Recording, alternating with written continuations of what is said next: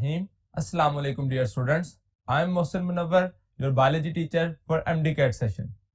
आज के इस लेक्चर में हम बायोलॉजिकल मॉलिक्यूल को डिस्कस करेंगे जो कि आपका लेक्चर नंबर 8 है. तो लेक्चर के लिए चलते हैं बोर्ड की तरफ. जी तो स्टूडेंट्स, बायोलॉजिकल मॉलिक्यूल्स के पार्ट में दो कंपोनेंट आज के इस लेक्चर में हम डिस्कस करेंगे, जिसमें most importantly proteins and second one is nucleic acids. Proteins के केस में हम amino acid and peptide bond formation की बात करेंगे. दूसरे नंबर पे स्ट्रक्चर ऑफ प्रोटीन्स जो कि primary, secondary, tertiary and quaternary है. इसके अलावा classification of protein on the basis of their structures जो कि फाइब्रस एंड ग्लोबुलर प्रोटीन्स हैं. और न्यूक्लिक एसिड में हम DNA, RNA and types of RNA की बात करेंगे. तो लेक्चर के लिए इस पार्ट को डिटेल्ड डिस्कशन में सबसे पहले हम स्टार्ट करते हैं प्रोटीन्स को. तो उसके लिए चलते हैं नेक्स्ट बोर्ड की तरफ.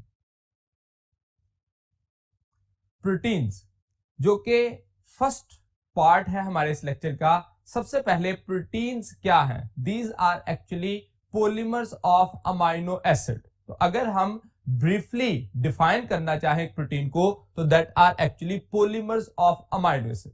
ये मोस्ट अबंडेंट ऑर्गेनिक कंपाउंड्स हैं जो कि सेल में मौजूद होते हैं.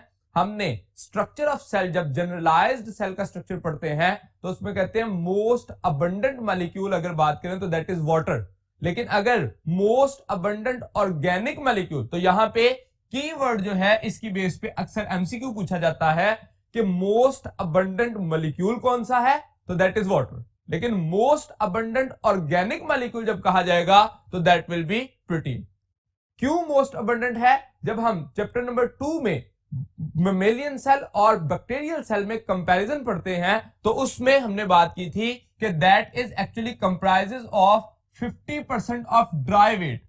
अब 50% ऑफ ड्राई वेट को टोटल वेट में जब वहां पे कंसीडर किया गया तो दैट इज 15% और 18% ऑफ टोटल वेट. तो अगर 30% ड्राई वेट हो तो उसका 50% जो है वो तकरीबन 15% बनता है. तो यहां पे बैक्टीरियल और मेमेलियन सेल में 15% या 18% जो है total weight of the cell की प्रोटीन होती है. तो ये एक की पॉइंट है इसमें. जैसे मैंने डेफिनेशन में कहा कि these are polymers of amino acids, यानी कि एक से ज्यादा अमाइनो एसिड जो है वो मौजूद होते हैं. That are the compound which are composed of या कंटेन एटम्स जिसमें कार्बन है, hydrogen, oxygen, nitrogen and sulphur. तो अगर आप न्यूक्लिक एसिड और प्रोटीन में डिफरेंस देखें तो सल्फर की बुनियाद पर डिफरेंस आता है. Carbon, hydrogen, oxygen and nitrogen दोनों में कॉमन है, लेकिन सल्फर एक ऐसा एटम है जो कि प्रोटीन्स में होता है लेकिन डीएनए में एग्जिस्ट नहीं करता. और उसके मुकाबले में डीएनए में फास्फोरस मौजूद होता है लेकिन सल्फर नहीं होता. तो इस वजह से इस की पॉइंट पे आप डिफरेंशिएट कर सकते हैं स्ट्रक्चर ऑफ डीएनए और स्ट्रक्चर ऑफ प्रोटीन को. ये स्ट्रक्चर जो है proteins that is present in all types of cell. कोई भी सेल या लाइफ जो है लिविंग ऑर्गेनिज्म का कोई टिश्यू या स्ट्रक्चर ऐसा नहीं है जो कि प्रोटीन के बगैर हो. तो तमाम लिविंग ऑर्गेनिज्म के सेल जो है उसमें प्रोटीन का होना जरूरी है in term of regulatory proteins, in term of structural proteins और फंक्शनल प्रोटीन. तो डिफरेंट वेज में स्ट्रक्चरल, रेगुलेटरी या फंक्शनल प्रोटीन जो है वो हमारे सेल का हिस्सा होती है.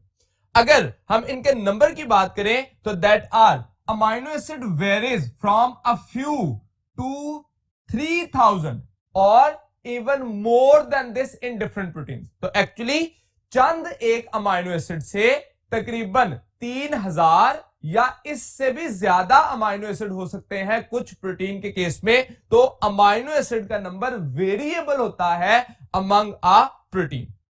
अगर जैसा कि हम कह रहे हैं कि that is the building block of a protein, तो इसको हम एक अमाइनो एसिड को बिल्डिंग ब्लॉक का नाम भी देते हैं या मोनोमर ऑफ प्रोटीन. तो इसको हम दूसरा वर्ड कह सकते हैं बिल्डिंग ब्लॉक ऑफ प्रोटीन.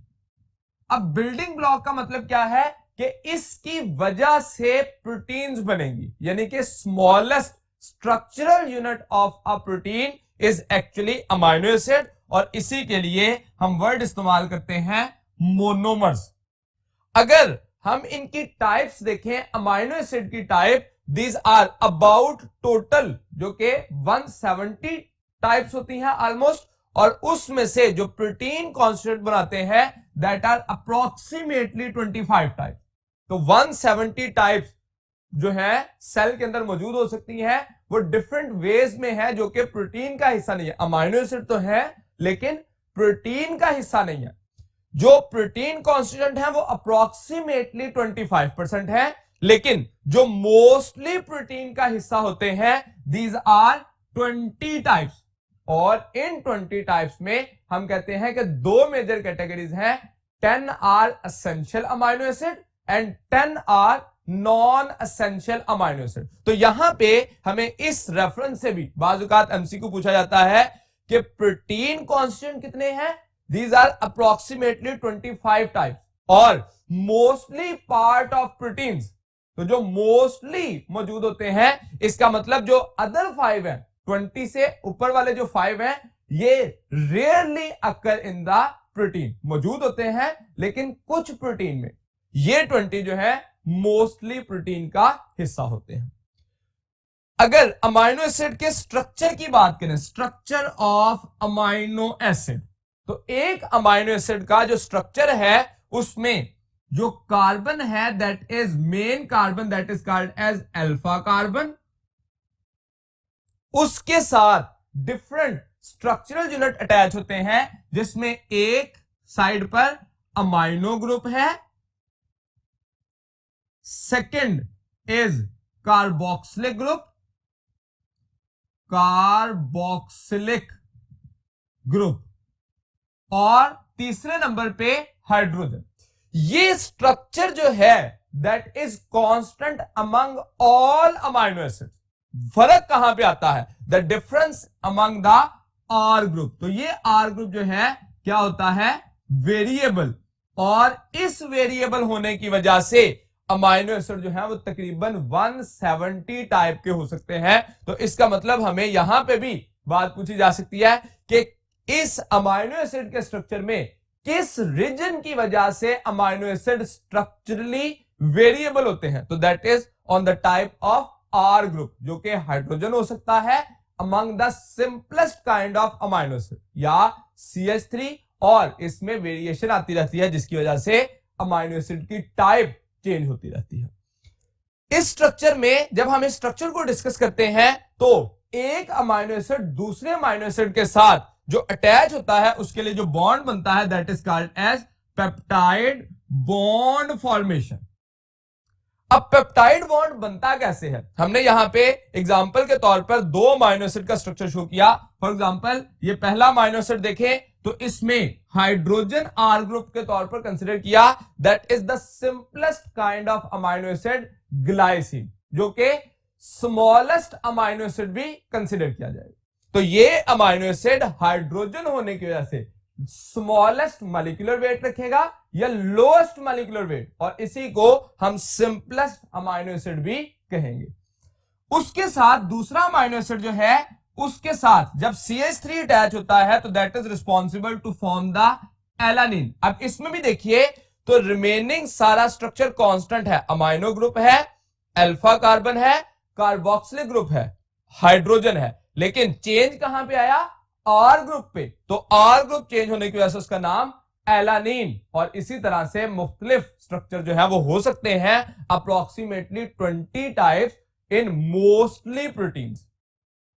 जब इस स्ट्रक्चर की अटैचमेंट होती है तो अटैचमेंट होती कैसे है, हमेशा अटैचमेंट के लिए एक अमाइनो एसिड का कार्बोक्सिलिक ग्रुप हाइड्रोक्सिल डोनेट करता है और दूसरे अमाइनो एसिड का अमाइनो ग्रुप हाइड्रोजन डोनेट करता है। तो यानी कि हम पेप्टाइड बॉन्ड की सिंपलेस्ट जो डेफिनेशन करते हैं उसमें तो हम कहते हैं the structure in which two amino acid join together, लेकिन जब हम इसके स्ट्रक्चरल एस्पेक्ट से कहते हैं तो हम कहते हैं कि hydroxyl of carboxylic of one amino acid will attach with the hydrogen of amino group of second amino acid. तो इन दोनों की एक दूसरे से अटैचमेंट की वजह से वाटर का मॉलिक्यूल निकल जाता है, और इस वाटर के मॉलिक्यूल के निकलने की वजह से यहां पे कार्बन और नाइट्रोजन के दरमियान लिंकेज हो जाता है, जिसको हम नाम देते हैं CN लिंकेज। रिमेनिंग स्ट्रक्चर जो है वो उसी तरह से मौजूद रहा। तो इसमें ये CN लिंकेज जो बना, that is actually considered as peptide bond. यहां पे इससे रिलेटेड मैं एक एमसीक्यू डिस्कस करता हूं। देखिए, अगर हम यहां पे कहें which one of following represent peptide bond, तो पेप्टाइड बॉन्ड इनमें से कौन रिप्रेजेंट करता है? तो अल्फा ऑप्शन देखिए, हम फॉर एग्जांपल लिखते हैं COC लिंकेज। बीटा ऑप्शन में अगर हम लिखते हैं CN लिंकेज, चार्ली ऑप्शन में लिखते हैं POC लिंकेज, और डेल्टा ऑप्शन में लिखते हैं COPOC लिंकेज। अब ये लिंकेज लिखे गए और कौन सा स्ट्रक्चर जो है वो पेप्टाइड बॉन्ड को रिप्रेजेंट करता है। अब इसमें हम आसानी से इस स्ट्रक्चर में तो पढ़ चुके हैं कि CN लिंकेज, लेकिन इस एक एमसीक्यू से आप अपने 4 जो बॉन्ड्स हैं उनके कॉन्सेप्ट को क्लियर कर सकते हैं, जिसमें COC लिंकेज हमेशा किसके लिए होता है? ग्लाइकोसिडिक, जो कि कार्बोहाइड्रेट्स में मोनोसैकेराइड्स को एक दूसरे के साथ जोड़ने के लिए होता है।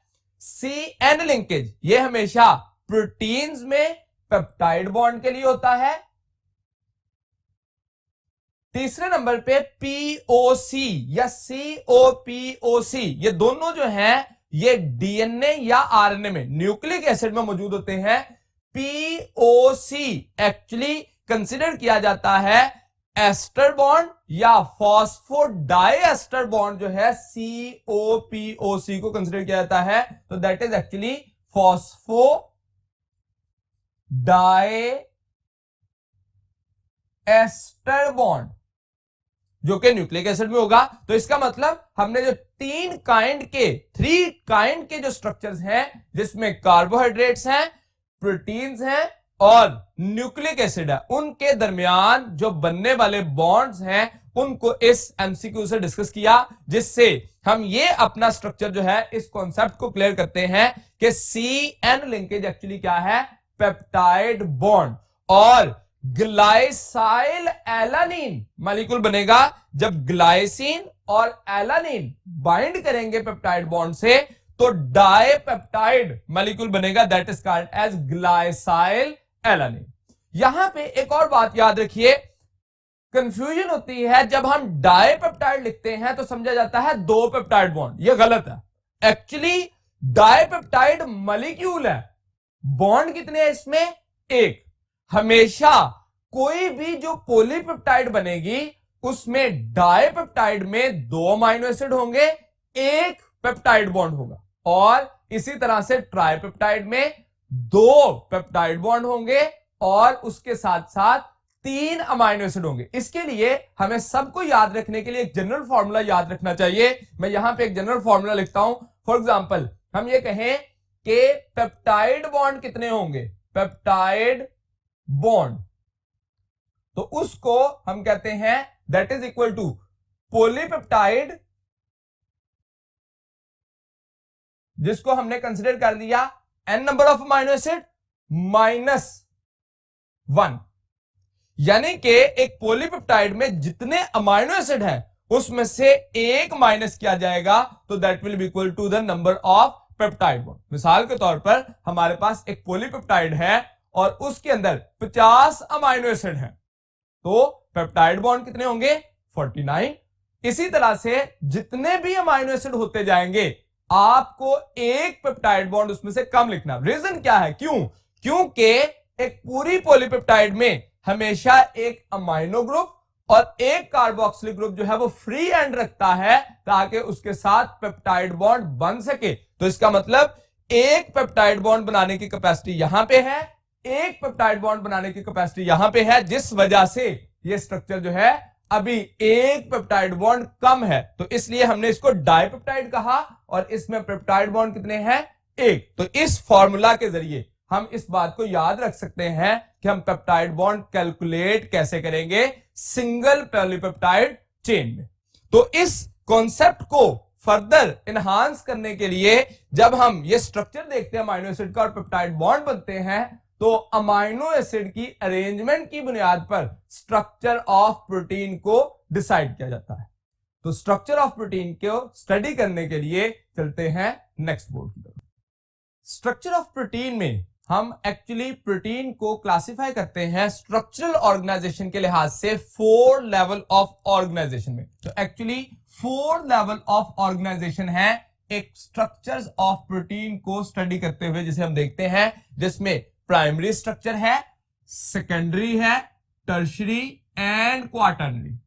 अब जिस वक्त हम ये स्ट्रक्चर्स देखते हैं तो उनके फीचर्स, सबसे पहले डेफिनेशन को डिस्कस किया गया कि प्राइमरी स्ट्रक्चर जो है हम उसको डिफाइन कैसे कर सकते हैं। तो according to the definition, primary structure number and sequence of amino acid in a polypeptide और प्रोटीन। तो प्रोटीन में या पॉलीपेप्टाइड में जब हम अमाइनो एसिड का सीक्वेंस या नंबर देखते हैं तो that is called as a primary structure.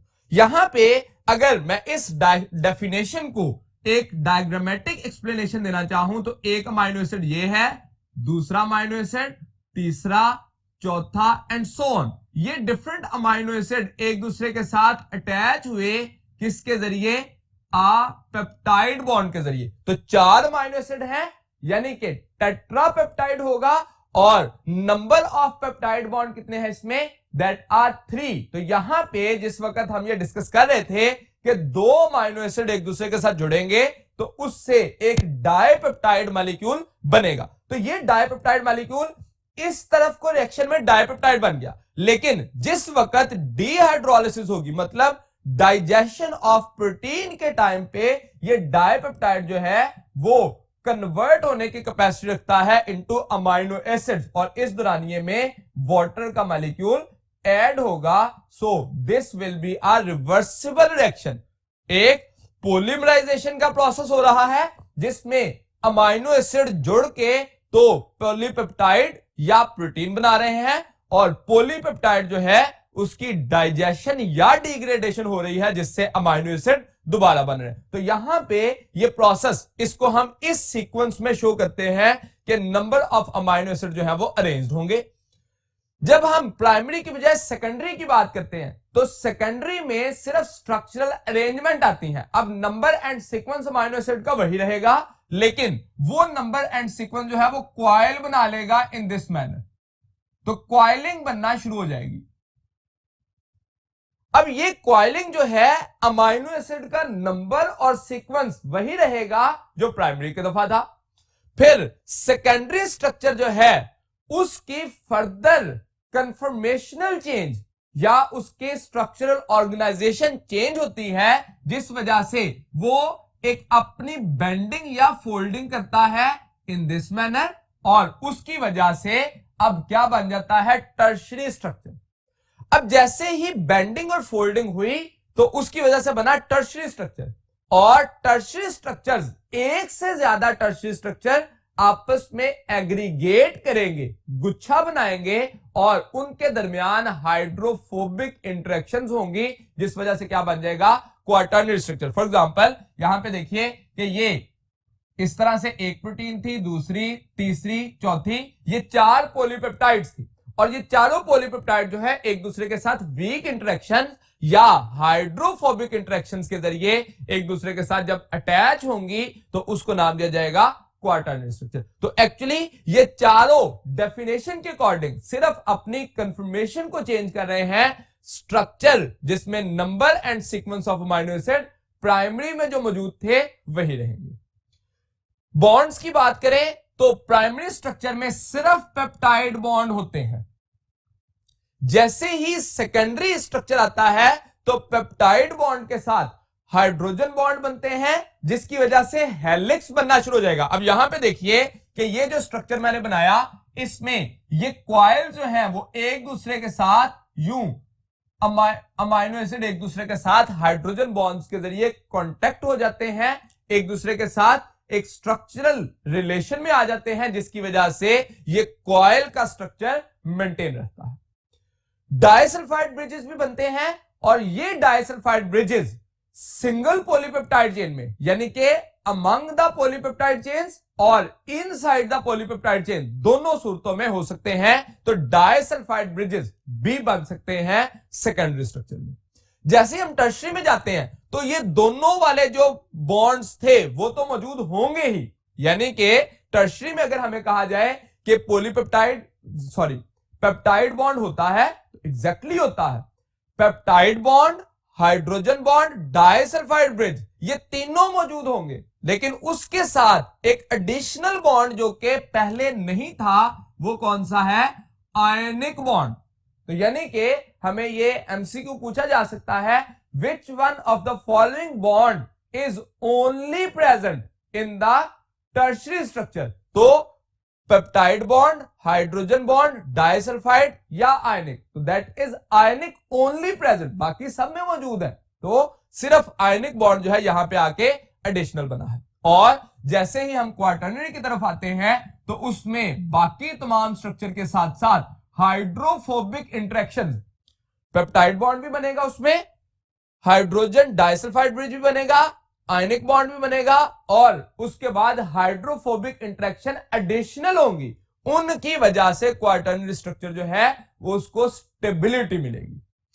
Nature देखें तो प्राइमरी स्ट्रक्चर स्ट्रेट चेन में होता है हमेशा, इसकी चेन जो है वो स्ट्रेट रहती है, और जैसे ही सेकेंडरी में कन्फर्मेशनल चेंज आती है तो उसका स्ट्रक्चर जो है हेलिक्स बना देता है। अब यही चेन जो है वो हेलिक्स की सूरत में कन्वर्ट हो जाएगी। हेलिक्स के साथ साथ अल्फा हेलिक्स से बीटा प्लेटेड शीट भी, यानी कि अगर सेल्फ कॉइलिंग शुरू हो जाए तो उसकी वजह से बीटा प्लेटेड शीट जो है इस तरह से बन सकती है। तो एक्चुअली ये बीटा प्लेटेड शीट जो कि डाइसल्फाइड ब्रिज के जरिए एक दूसरे के साथ कनेक्टेड रहती हैं। जब टर्शरी स्ट्रक्चर में कहते हैं तो टर्शरी स्ट्रक्चर में जो आयनिक इंटरेक्शंस बनी है उसकी वजह क्या थी? That is responsible for the arrangements of different kinds of amino acid. Amino acid अपने नेचर की बुनियाद पर हाइड्रोफोबिक हो सकते हैं या हाइड्रोफिलिक हो सकते हैं। अब उसमें अरेंजमेंट इस तरह से आएगी कि हाइड्रोफोबिक अमाइनो एसिड जो है दैट विल बरीड इनसाइड, और जो हाइड्रोफिलिक अमाइनो एसिड है that will come at the surface, जिसकी वजह से उसका स्ट्रक्चर स्टेबल हो जाएगा। जब हम क्वाटर्नरी की बात करते हैं तो उसमें चेन्स एक दूसरे के साथ सिर्फ एग्रीगेटेड हो जाती हैं और गुच्छा बन जाता है और उनके दरमियान हाइड्रोफोबिक इंटरेक्शन बन जाती है। यहां पे इन तीनों स्ट्रक्चर्स में से सेकेंडरी में एक बड़ा इंपॉर्टेंट पॉइंट बताया गया कि एक हेलिकल टर्न के अंदर, यहां पे जो हमने हेलिकल टर्न बनाए तो एक टर्न के अंदर जो अमाइनो एसिड की तादाद होती है यह हमेशा फिक्स्ड होती है। Size of the polypeptide variable हो सकता है, लेकिन जो हेलिकल टर्न है उनके अंदर अमाइनो एसिड का नंबर फिक्स्ड होता है, और वो कितना है? 3.6 अमाइनो एसिड पर हेलिकल टर्न। तो ये भी एक इंपॉर्टेंट पॉइंट याद रखिएगा, 3.6 अमाइनो एसिड पर हेलिकल टर्न, ये फिक्स्ड रहेंगे all types of protein. Example की तरफ देखें तो प्राइमरी स्ट्रक्चर नेचर में फंक्शनल प्रोटीन के तौर पर एग्जिस्ट नहीं करती। नेचर में फंक्शनल प्रोटीन के तौर पर, यहां पे मैं अगर एक कॉन्सेप्ट के तौर पर बात करूं तो एक्चुअली जितनी भी प्रोटीन्स ट्रांसलेशन के टाइम पे बनती हैं वो एक्चुअली प्राइमरी नेचर में होती हैं, स्ट्रेट चेन होती हैं। जैसे ही बनती हैं तो उसके बाद उनमें कन्फर्मेशनल चेंज आती है according to the type of protein. अगर एक प्रोटीन जो है वो फाइब्रस प्रोटीन है तो वो सेकेंडरी स्ट्रक्चर अटेन करके अपना एक्टिव प्रोटीन में कन्वर्ट हो जाती है। कुछ प्रोटीन जो है वो सेकेंडरी के बाद टर्शरी अटेन करती हैं ताकि अपनी कंफर्मेशनल स्टेबिलिटी हासिल करें और फंक्शन परफॉर्म करना शुरू कर दें, और कुछ टर्शरी के बाद क्वार्टरनरी स्ट्रक्चर अटेन करती हैं। तो इसका मतलब ये एक सीक्वेंशियल इवेंट है। प्राइमरी में कोई भी फंक्शनल नहीं होगी, सेकेंडरी में जाके कुछ फाइब्रस प्रोटीन फंक्शनल होंगी और टर्शरी और क्वार्टरनरी में जाके कुछ ग्लोबुलर प्रोटीन जो है वो functional stability, conformational stability attain करेंगी ताकि अपना फंक्शन या स्ट्रक्चरल रोल प्ले कर सके। तो यहां पे हम इस बात को क्लियर करें तो इसकी एग्जांपल नेचर में एज सच फंक्शनल प्रोटीन के तौर पर नहीं है, लेकिन सेकेंडरी स्ट्रक्चर देखें तो मायोसिन जो कि हमारी कॉन्ट्रैक्टाइल प्रोटीन भी कहते हैं, जो कि हमारे मसल के अंदर मौजूद होती है। इसके साथ साथ कैराटिन जो कि नेल्स में या हेयर्स के अंदर या हॉर्न्स में, तो ये डिफरेंट जगहों पर मौजूद होती है। सिल्क फाइबर जो कि सिल्कवर्म से प्रोड्यूस होती है, और फाइब्रिन जो कि ब्लड क्लॉटिंग प्रोटीन है। तो ये डिफरेंट टाइप की प्रोटीन जो है वो सेकेंडरी नेचर में हो सकती है।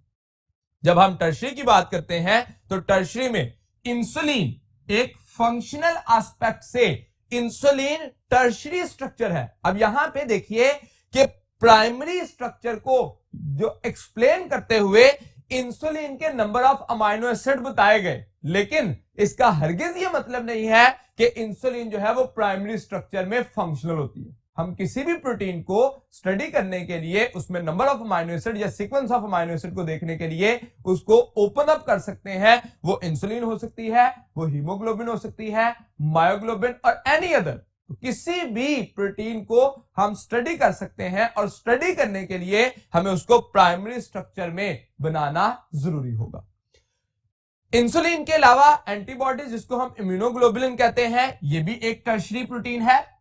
अब यहां पे एक छोटा सा पॉइंट जो है वो क्लियर कर लें, इंसुलिन या एंटीबॉडीज या कोई भी ऐसी प्रोटीन जो कि आयनिक बॉन्ड रखे और एक पॉलीपेप्टाइड चेन पर मुश्तमिल हो, वो टर्शरी होगी। लेकिन कुछ प्रोटीन्स ऐसी हैं जो कि दो या दो से ज्यादा पॉलीपेप्टाइड चेन पर मुश्तमिल होती हैं, और वो दो या दो से ज्यादा पॉलीपेप्टाइड चेन अगर आपस में डाइसल्फाइड ब्रिजेस के जरिए जुड़ी हो तो टर्शरी प्रोटीन होगी, और अगर दो या दो से ज्यादा पॉलीपेप्टाइड्स आपस में हाइड्रोफोबिक इंटरेक्शंस के जरिए जुड़ी हो तो उसे कहा जाएगा क्वार्टरनरी। मैं इस बात को रिपीट करता हूं, अगर एक पॉलीपेप्टाइड हो, मिसाल के तौर पर ये एक पॉलीपेप्टाइड है, ये आपस में क्वाइल हो गई और इनके दरमियान डाइसल्फाइड ब्रिजेस बन गए, तो इसने अपनी ग्लोबुलर शेप अटेन कर ली, ये टर्शरी स्ट्रक्चर होगी। लेकिन अगर दो या दो से ज्यादा पॉलीपेप्टाइड हो और उनके दरमियान डाइसल्फाइड ब्रिज बन जाए तो वो भी टर्शरी स्ट्रक्चर कहलाएंगे। लेकिन अगर दो या दो से ज्यादा पॉलीपेप्टाइड हो और उनके दरमियान हाइड्रोफोबिक इंटरेक्शन हो तो उसको हम नाम देंगे क्वार्टरनरी। इंसुलिन दो पॉलीपेप्टाइड पर मुश्तमिल होता है और दोनों के दरमियान डाइसल्फाइड ब्रिज मौजूद होता है। इसी तरह से एंटीबॉडीज चार पॉलीपेप्टाइड चेन पर मुश्तमिल होता है और उनके दरमियान भी डाइसल्फाइड ब्रिज मौजूद होते हैं। हमने क्रॉस रेफरेंस में, अगर आपको याद हो, जब हमने इम्यूनिटी का टॉपिक पढ़ा था तो एंटीबॉडी के स्ट्रक्चर में जो चेन्स बनी हुई हैं, हैवी चेन और लाइट चेन, उनके दरमियान डाइसल्फाइड ब्रिज मौजूद है। लेकिन जब हम क्वार्टरनरी में हीमोग्लोबिन की एग्जांपल देखते हैं तो इसमें भी चार पॉलीपेप्टाइड है, लेकिन चारों एक दूसरे के साथ किसके जरिए अटैच हैं? By hydrophobic interactions. इनके दरमियान किसी किस्म का डाइसल्फाइड ब्रिज नहीं होता। तो इस पॉइंट से आप याद रखिएगा कि नंबर ऑफ पॉलीपेप्टाइड होने की वजह से हम टर्शरी या क्वार्टरनरी नहीं कहते, बल्कि टाइप ऑफ इंटरेक्शंस की बुनियाद पर टर्शरी या क्वार्टरनरी प्रोटीन होगी। यहां पे अगर हम प्राइमरी स्ट्रक्चर में जाके एक पॉइंट देखें जो कि सिर्फ एक्सप्लेनेशन के लिहाज से number and sequence of amino acid की सिग्निफिकेंस को एक्सप्लेन करने के लिए बताया गया कि इंसुलिन जो है वो 51 अमाइनो एसिड रखता है, जिसको फर्स्ट सीक्वेंसिंग की थी फ्रेडरिक सैंजर ने। उसने बताया कि 51 अमाइनो एसिड होते हैं, जिसमें अल्फा चेन के पास 21 अमाइनो एसिड और बीटा चेन के पास 30 अमाइनो एसिड होते हैं। यहां पे जरा एक बात, हम पिछला कॉन्सेप्ट जो है उसको रिकॉल करें, तो इंसुलिन के पास 51 अमाइनो एसिड हैं। How many peptide bonds are present in this structure? यहां पे याद रखिएगा कि 51 अमाइनो एसिड है। हम जो प्रीवियसली हमने डिस्कस किया था कि पॉलीपेप्टाइड N-1 का फॉर्मूला यहां अप्लाई नहीं होगा। क्यों? क्योंकि पॉलीपेप्टाइड एक नहीं है, दो पॉलीपेप्टाइड है। तो इस वजह से इस एक पॉलीपेप्टाइड पे तो वो फॉर्मूला अप्लाई होगा। इसका मतलब इस 21 अमाइनो एसिड से कितने पेप्टाइड बॉन्ड बनेंगे? 20। इसी तरह से इधर से 30 अमाइनो एसिड की पॉलीपेप्टाइड में कितने पेप्टाइड बॉन्ड बनेंगे? तो दीज आर 29। तो इसका मतलब इंसुलिन जो है वो टोटल कितने पॉलीपेप्टाइड बनाएगी? दो पॉलीपेप्टाइड में 49 पेप्टाइड बॉन्ड बनेंगे। इसी तरह से हीमोग्लोबिन में देखिए तो 574 अमाइनो एसिड रिकॉग्नाइज हुए और उनमें से 4 पॉलीपेप्टाइड चेन थी, 2 अल्फा और 2 बीटा। एक अल्फा चेन में 141 अमाइनो एसिड थे, तो इसका मतलब 2 अल्फा चेन में कितने होंगे? 282 अमाइनो एसिड्स। इसी तरह से 2 बीटा चेन में हर एक में 146 अमाइनो एसिड थे, तो 2 बीटा चेन में कितने होंगे? 292 अमाइनो एसिड। ये तो एक स्ट्रेट वे हमारे पास इसका कैलकुलेशन थी, लेकिन बाज़-औक़ात एमसीक्यू कैसे पूछा जाता है कि एक हीमोग्लोबिन में 2 अल्फा और एक बीटा चेन में कितने अमाइनो एसिड होंगे? तो आपको 141 और 141 282 प्लस 146 को कैलकुलेट करके बताना है। इसी तरह से पूछा जा सकता है एक अल्फा चेन और 2 बीटा चेन के अंदर कितने अमाइनो एसिड होंगे? तो आपको उस कैलकुलेशन को आना चाहिए ताकि आप अपना एमसीक्यू जो है वो सॉल्व कर सके। इस हीमोग्लोबिन के स्ट्रक्चर की जो अमाइनो एसिड का सीक्वेंस पढ़ने की सिग्निफिकेंस क्या थी? Actually that was a disease, sickle cell anaemia. तो इसमें जो हीमोग्लोबिन कंटेनिंग सेल है, रेड ब्लड सेल है, वो सिकल लाइक स्ट्रक्चर या आर्क लाइक स्ट्रक्चर में कन्वर्ट हो जाता है और ऑक्सीजन कैरिंग कैपेसिटी कम हो जाती है या खत्म हो जाती है। उस बात को एक्सप्लेन किया गया जब इसमें कंफर्मेशन की गई, तो actually number of amino acid तो सेम रहते थे 574। डिफेक्टेड हीमोग्लोबिन के अंदर भी number of amino acid same थे, लेकिन जब सीक्वेंस ऑफ अमाइनो एसिड देखा गया तो glutamic acid is replaced with valine. एक किस्म का अमाइनो एसिड जो है किसी दूसरे किस्म के अमाइनो एसिड के साथ रिप्लेस हो गया, और रिप्लेस होने की वजह से क्योंकि nature of amino acid change हो गई, इस वजह से हाइड्रोफोबिक इंटरेक्शंस, आयनिक इंटरेक्शंस सारे डिस्टर्ब हो गए, जिसकी वजह से जो बीटा चेन का स्ट्रक्चर था वो लॉस हो जाता है, अपनी कंफर्मेशनल स्ट्रक्चर को डिस्टर्ब कर देता है और अल्टीमेटली ऑक्सीजन कैरिंग कैपेसिटी उसकी खत्म हो जाती है। यहां पे ये जो ग्लूटामिक एसिड, यहां पे डायरेक्टली ये इस सेकंड चैप्टर में तो इसी तरह से लिखा गया, लेकिन क्रॉस रेफरेंस में आप देखिए तो जब सेकंड ईयर में जाके आप पढ़ते हैं ट्रांसक्रिप्शन और ट्रांसलेशन का पार्ट, उस हिस्से में डायग्रामेटिकली शो किया गया कि बीटा चेन के अंदर 6th amino acid from N terminus. Actually कोई भी जो प्रोटीन है वो किस चेन में चलती है? That is N2C। इस साइड पे उसके अमाइनो टर्मिनस होता है और दूसरी साइड पे उसके कार्बोक्सिल टर्मिनल होता है। तो इस टर्मिनल की बुनियाद पर हमेशा हम काउंटिंग किस तरह से स्टार्ट करते हैं? अमाइनो ग्रुप की तरफ से। तो अगर अमाइनो ग्रुप बीटा चेन का देखें तो उस साइड से 6th अमाइनो एसिड जो है वो रिप्लेस होता है। कौन सा? ग्लूटामिक एसिड नॉर्मल चेन में होगा और डिफेक्टेड चेन में कौन सा आ जाएगा? वेलिन। इसको रिप्लेस कर दिया जाएगा। दैट इज एक्चुअली बाद में ये बात जो है वो कंफर्म हुई कि ये डीएनए के अंदर म्यूटेशन की वजह से ये प्रॉब्लम आती है और अमाइनो एसिड रिप्लेस हो जाता है और ultimately functional aspect of a protein will be disturb.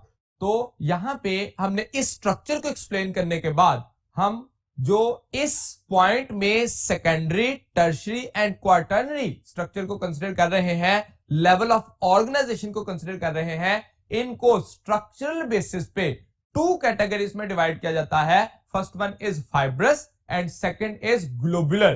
तो फाइब्रस और ग्लोबुलर प्रोटीन को डिस्कस करने के लिए चलते हैं नेक्स्ट बोर्ड की तरफ। यहां पे क्लासिफिकेशन की गई on the basis of structural. तो स्ट्रक्चरल बेसिस पे जब हम क्लासिफाई करते हैं तो there are two kinds of proteins. First one is fibrous यानी कि फाइबर लाइक, और ग्लोबुलर मतलब ग्लोब लाइक। इसके नाम की बुनियाद पर ही इसकी शेप होती है कि जो फाइब्रस हैं दीज आर फाइब्रिल। तो पहला फीचर फाइब्रिल या थ्रेड लाइक, धागा नुमा जो है वो स्ट्रक्चर होंगे इसके, और ग्लोबुलर जो है वो ग्लोब लाइक, एलिप्सॉइडल जिसको हम अंडे की तरह कहते हैं, या स्फेरिकल गोल इस तरह का हो सकता है।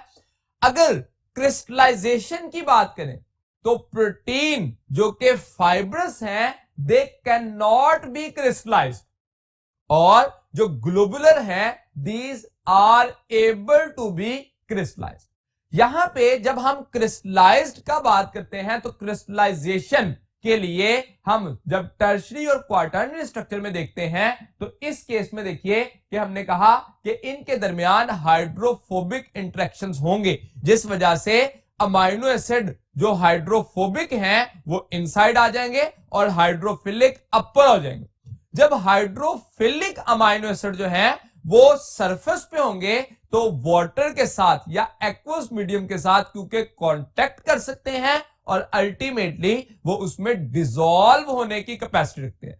जो स्ट्रक्चर डिसॉल्व हो सकता है उसके बारे में हम कहते हैं कि दैट कैन बी क्रिस्टलाइज्ड, और जो स्ट्रक्चर नहीं हो सकता उसके लिए लिखा जाता है कैन नॉट बी क्रिस्टलाइज्ड। तो हमें इस पॉइंट से डिसॉल्व होने का जो पॉइंट है उसको भी याद रखना चाहिए। जो फीचर्स में थर्ड फीचर है दैट इज एक्चुअली इलास्टिसिटी। तो फाइब्रस प्रोटीन जो है these are elastic in nature यानी कि मौजूद होती है, और ग्लोबुलर प्रोटीन जो है इनको हम कहते हैं नॉन इलास्टिक। तो ये इलास्टिक नहीं होते, या नो लिखा हमने। स्ट्रक्चरल ऑर्गेनाइजेशन में देखें तो इनका जो लेवल ऑफ ऑर्गेनाइजेशन में हमने बात की थी, फाइब्रस प्रोटीन सेकेंडरी होती हैं और ग्लोबुलर प्रोटीन टर्शियरी या क्वार्टरनरी होती है। यहां पे जब हम सेकेंडरी प्रोटीन को बात कर रहे थे और टर्शियरी प्रोटीन की बात कर रहे थे तो इसमें हमने एग्जांपल दी कि एक्चुअली ये क्वाइलिंग करती हैं और सुपर क्वाइलिंग की तरफ जाती हैं। इसमें सेकेंडरी में और टर्शियरी में जब हम एग्जांपल की बात करें तो इंसुलिन की एग्जांपल कही, जिसमें हमने कहा दो पॉलीपेप्टाइड चेन होती हैं और वो क्वाइल की होती हैं, जिसमें एक को हम अल्फा का नाम देते हैं। ये हमारी बुक में ऐसा मेंशन नहीं अगर, लेकिन हम 21 चेन जो है उसके लिए एडिशनल इंफॉर्मेशन बता रहा हूं कि उसको अल्फा चेन कहते हैं, और बीटा चेन जो है उसमें 30 अमाइनो एसिड मौजूद होते हैं, जिसको फ्रेडरिक सेंजर ने एक्सप्लेन किया था। खैर यहां पे हम बात कर रहे थे फाइब्रस और ग्लोबुलर की, जिसको सेकेंडरी या टर्शियरी का नाम दिया जाता है। तो सेकेंडरी, टर्शियरी और क्वार्टरनरी। अब ग्लोबुलर में हमने लिखा कि ये दोनों टाइप के हो सकते हैं। यहां पे मैंने इस बात को एक्सप्लेन किया था कि टर्शियरी कब कहेंगे और क्वार्टरनरी कब कहेंगे, तो उसी एक्सप्लेनेशन की वजह से हम ग्लोबुलर जो है वो दो किस्म की प्रोटीन कंसीडर करते हैं, टर्शियरी और क्वार्टरनरी। रोल देखें तो जो फाइब्रस प्रोटीन है ये स्ट्रक्चरल रोल प्ले करते हैं, और उसके मुकाबले में जो ग्लोबुलर है ये फंक्शनल रोल प्ले करती है। स्टेबिलिटी में जो प्रोटीन में जो स्टेबल स्ट्रक्चर है दैट इज फाइब्रस, और जो अनस्टेबल है these are the globular protein. और एक्वस मीडियम में सॉल्युबिलिटी की बात करें तो जो फाइब्रस है ये इनसॉल्युबल होता है, जैसे डिसॉल्व का लफ्ज इस्तेमाल किया, globular proteins can be dissolve, और ये नहीं हो सकते, इस वजह से इसको हम सॉल्युबल का नाम देते हैं। एग्जाम्पल में देखें तो मायोसिन जो कि एक कॉन्ट्रैक्टाइल प्रोटीन है, इसी तरह से केराटिन जो कि नेल और हेयर्स में होती है, इसी तरह से सिल्क फाइबर ये सिल्क वर्म से प्रोड्यूस होती है, और fibrin that is a blood clotting protein जो कि ब्लड क्लॉट करती है, जो कि एक्टिव फॉर्म है किसकी, फाइब्रिनोजन की। तो इस तरह से हम ये डिफरेंट कैटेगरीज कंसीडर कर सकते हैं फाइब्रस की, या जो सेकेंडरी नेचर रखते हैं। उसके मुकाबले में ग्लोबुलर में एंजाइम हो सकते हैं जो कि टर्शरी या क्वार्टरनरी दोनों होते हैं।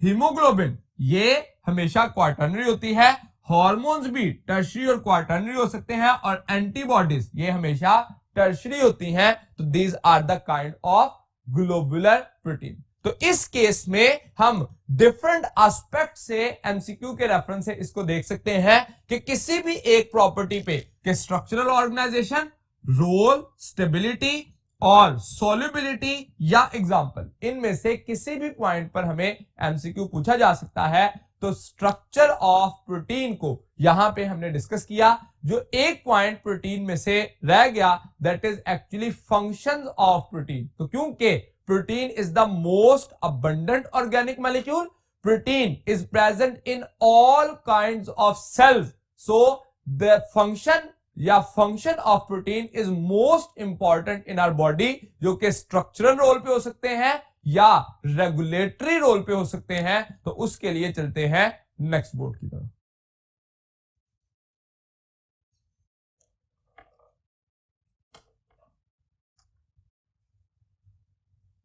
प्रोटीन्स के लास्ट पार्ट में आते हैं that is about the classification of proteins. अब यहां पे जो हम क्लासिफिकेशन कर रहे हैं that is on the basis of their functions. तो मेजर फंक्शंस की बुनियाद पर जब हम टाइप्स देखते हैं क्लासिफिकेशन के एतबार से, तो उसमें पहले नंबर पे आती हैं स्ट्रक्चरल प्रोटीन्स। अगर स्ट्रक्चरल प्रोटीन्स में फंक्शंस देखें तो that perform a function as a connective tissue such as collagen, इसी तरह से component of skin, nail and hairs that is the function of the keratin, and as a ligament तो उसमें हम elastin जो है वो उसको एग्जांपल के तौर पर कंसीडर कर सकते हैं। तो यहां पे हमने अलग-अलग जो फंक्शन के तौर पर एग्जांपल भी पूछी जा सकती है जिसको डिटेल्ड में यहां पे डिस्कस किया गया। अब जो कोलेजन है इसके लिए एक यूनिक पॉइंट है कि collagen is the protein which is most abundant in case of human being या एनिमल्स भी कह सकते हैं। तो मोस्ट अबंडेंट प्रोटीन है कोलेजन। आप ये भी जानते हैं कि most abundant protein in nature कौन सी है, तो दैट इज रुबिस्को, जो कि हमने केल्विन साइकिल के दौरान कार्बन डाइऑक्साइड फिक्सेशन में ये पढ़ा था कि रुबिस्को जो है वो इन्वॉल्व होती है, that is most abundant protein in nature. लेकिन most abundant protein in animals और ह्यूमंस इज कोलेजन। तो इस बात को भी याद रखिएगा। सेकंड पॉइंट देखिए टाइप्स में enzymes.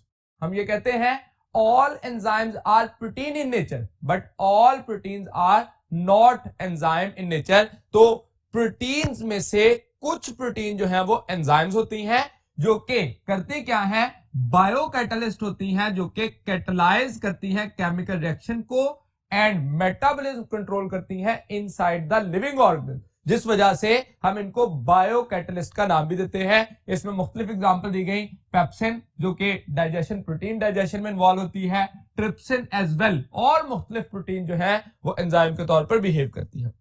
Some are hormone. Hormones जो है रेगुलेट करते हैं मेटाबॉलिक प्रोसेस को, इनका काम है कंट्रोल करना मेटाबॉलिज्म को, और ये रेगुलेट करते हैं जैसा कि इंसुलिन है, इसका काम क्या है, ब्लड ग्लूकोज लेवल को मेंटेन करना, ब्लड ग्लूकोज लेवल को रेगुलेट करना। अब उसमें ग्लूकोज को ग्लाइकोजन या ग्लाइकोजन को ग्लूकोज में कन्वर्ट करने के लिए हार्मोन सिर्फ आके रेगुलेट करेगा, लेकिन एक्टिविटी किसकी होगी, एंजाइम की। तो एंजाइम उसको कंट्रोल करेगा। तो ये की पॉइंट याद रखिएगा, हार्मोन्स का काम रेगुलेट करना है और एंजाइम का काम कंट्रोल करना है मेटाबॉलिज्म को। नेक्स्ट देखिए रेस्पिरेटरी पिगमेंट्स। तो रेस्पिरेटरी पिगमेंट्स में ऐसी प्रोटीन्स जो कि ट्रांसपोर्ट करें और स्टोर करें किनको, रेस्पिरेटरी जो हमारे पास मॉलिक्यूल्स हैं जैसे कि ऑक्सीजन है, कार्बन डाइऑक्साइड है, तो मोस्ट इंपॉर्टेंटली ऑक्सीजन को ट्रांसपोर्ट करने के लिए हीमोग्लोबिन और मायोग्लोबिन जो कि ब्लड सेल्स में और मसल सेल्स के अंदर मौजूद होती हैं, जिनका काम ऑक्सीजन को ट्रांसपोर्ट करना है from lungs to tissues and carbon dioxide को ट्रांसपोर्ट करना है from the tissue towards lungs. तो ये पॉइंट जो है ट्रांसपोर्टेशन के लिए इस्तेमाल किया जाता है। Some proteins perform a protective role जैसे that defend the body against pathogens. तो कौन सी ऐसी प्रोटीन है जो कि बॉडी को डिफेंड करती हैं? तो दीज आर एक्चुअली एंटीबॉडीज। तो अगर हम डिफेंड के अकॉर्डिंग देखें तो एंटीबॉडीज है। इसी तरह से ब्लड क्लॉटिंग के तौर पर जो कि सेकंड एग्जांपल दी गई, तो यहां पे सेकंड देखिए हमने फाइब्रिनोजन जो कि इनएक्टिव फॉर्म है कन्वर्ट होती है फाइब्रिन एक्टिव फॉर्म में जो कि ब्लड क्लॉटिंग करती है। इसी तरह से हम एक और स्ट्रक्चर भी जानते हैं प्रोथ्रोम्बिन, तो that is also plasma protein जो कि थ्रोम्बिन में कन्वर्ट होती है और ब्लड क्लॉटिंग के प्रोसेस के लिए रिस्पॉन्सिबल होती है। न्यूक्लिक एसिड जो कि इंटरफेरॉन के तौर पर है, एंड टॉक्सिन्स जो कि टॉक्सिन्स ऑफ इन्वेडिंग ऑर्गेनिज्म, ये फोर्थ पॉइंट एंटी टॉक्सिन। तो यहां पे हम इंडिविजुअली भी ये डिटरमिन कर सकते हैं कि प्रोटेक्टिव रोल में कौन सी प्रोटीन जो है वो क्या फंक्शन परफॉर्म करती है। नेक्स्ट देखिए तो कॉन्ट्रैक्टाइल, इसमें कॉन्ट्रैक्टाइल का मतलब मूवमेंट के तौर पर कंसीडर करते हैं, कंट्रैक्शन एंड रिलैक्सेशन। अब ये मूवमेंट दो तरह से हो सकती है, मूवमेंट ऑफ द सेल या movement of components of the cell inside the cell. For example mitotic apparatus में देखिए तो बेसिकली जो स्पिंडल फाइबर फॉर्मेशन की वजह से क्रोमोसोम्स की मूवमेंट होती है at the time of anaphase, तो उसको हम कहते हैं माइटोटिक अपरेटस फॉर्मेशन। लेकिन कंट्रैक्शन ऑफ मसल जो कि हमारी मूवमेंट के लिए बहुत इंपॉर्टेंट रोल प्ले करता है, तो उसके लिए tubulin, myosin and actin protein जो है वो कॉन्ट्रैक्टाइल प्रोटीन को कंसीडर किया जाता है। कुछ और प्लाज्मा प्रोटीन, इनमें से भी प्लाज्मा प्रोटीन ही हैं, लेकिन कॉन्ट्रैक्टाइल प्रोटीन के बाद जो अदर प्लाज्मा प्रोटीन कुछ कही गई, फॉर एग्जांपल ब्लड का जब फंक्शन हम पढ़ते हैं क्रॉस रेफरेंस में चैप्टर नंबर 14 में, आप जानते हैं फंक्शंस ऑफ ब्लड में आपने पढ़ा था कि albumin and globulin these are responsible to maintain blood osmotic pressure. तो ब्लड ऑस्मोटिक प्रेशर को मेंटेन करने के लिए एल्ब्यूमिन जो कि 75% होता है और ग्लोबुलिन जो कि 25% है। ये भी हम जानते हैं कि ये दोनों प्रोटीन प्रोड्यूस कहां से होती हैं, these are produced by the liver. Second year में होम्योस्टेसिस के चैप्टर में हमने इस बात को पढ़ा था। तो इन प्रोटीन्स की प्रोडक्शन का भी कुछ हद तक हमें अंदाजा होना चाहिए कि कौन सी प्रोटीन किस टाइप की है और क्या फंक्शन परफॉर्म करती है। तो इस स्केच के अंदर हमने एक पूरा जो हमारे दोनों किताबों में फर्स्ट ईयर और सेकेंड ईयर की बुक में डिफरेंट प्लेसेस पे मुख्तलिफ प्रोटीन की एग्जांपल दी गई है उसको कंसिडर किया। कुछ और भी मौजूद हो सकती हैं जिसको शायद मैं यहां पे कंसिडर नहीं कर सका, तो इस वजह से आप जब अपनी बाकी प्रिपरेशन कर रहे हैं तो उसके दौरान लाजमन प्रोटीन्स का ख्याल रखेंगे कि कौन सी प्रोटीन बताई गई है जिसका फंक्शन साथ मेंशन है, तो आप इस टेबल को एलैबोरेट करने की कोशिश करेंगे। Structure and function of proteins जो कि हमारा फर्स्ट पार्ट था इस लेक्चर का जो कंप्लीट हुआ। नेक्स्ट पार्ट के लिए जो कि न्यूक्लिक एसिड के बारे में है उसके लिए चलते हैं नेक्स्ट बोर्ड की तरफ। न्यूक्लिक एसिड, न्यूक्लिक एसिड जो है सबसे पहले तो इसका नाम इसकी लोकेशन और नेचर की बुनियाद पर है। न्यूक्लियन में पहली दफा इसको डिस्कवर किया गया जो कि न्यूक्लियस में मौजूद था, and secondly acidic in nature था जिस वजह से इसको नाम दिया गया न्यूक्लिक एसिड। इसको डिस्कवर करने वाले पर्सन जो थे दैट वाज फ्रेडरिक मिशर, जिन्होंने 1869 में न्यूक्लियाई ऑफ पस सेल्स में डिस्कवर किया इसे, और इसके बाद इसको स्पर्म ऑफ फिश में भी डिटरमिन किया गया और फर्दर इसका स्ट्रक्चर जो है वो एलैबोरेट किया गया। अब इसकी अगर हम डेफिनेशन की बात करें तो nucleic acids are polymer of nucleotide. ये पॉइंट जो है न्यूक्लियोटाइड, इसको एक्सप्लेन करेंगे, एलैबोरेट करेंगे कि व्हाट आर न्यूक्लियोटाइड। जिनकी पॉलीमराइजेशन से न्यूक्लिक एसिड्स बनते हैं।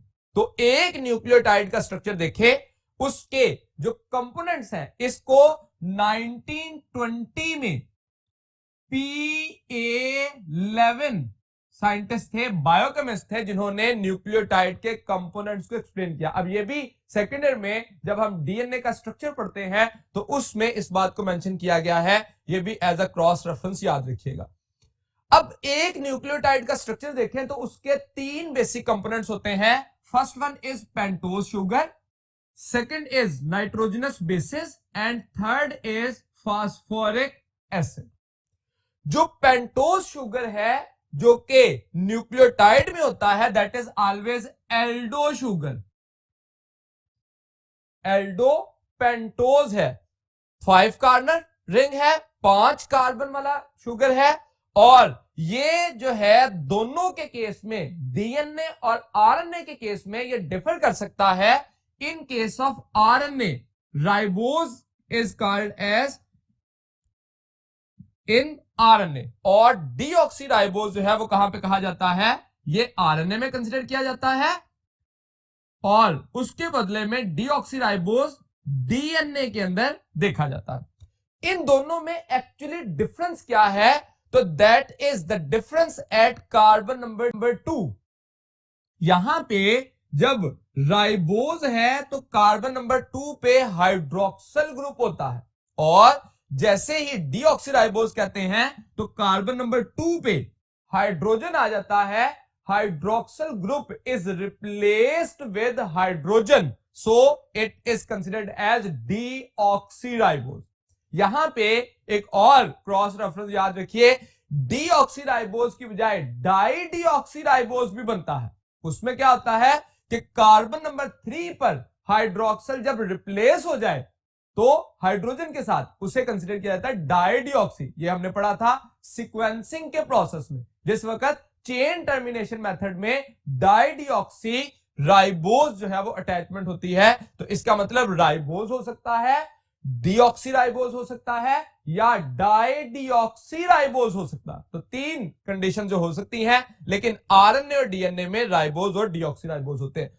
पेंटोज शुगर के बाद हम सेकंड कंडीशन की तरफ आते हैं, nitrogenous bases. Nitrogenous bases 2 major category की होती हैं, प्यूरीन एंड पायरिमिडीन। प्यूरीन जो है इनको कहा जाता है दीज आर डबल रिंग। यहां पे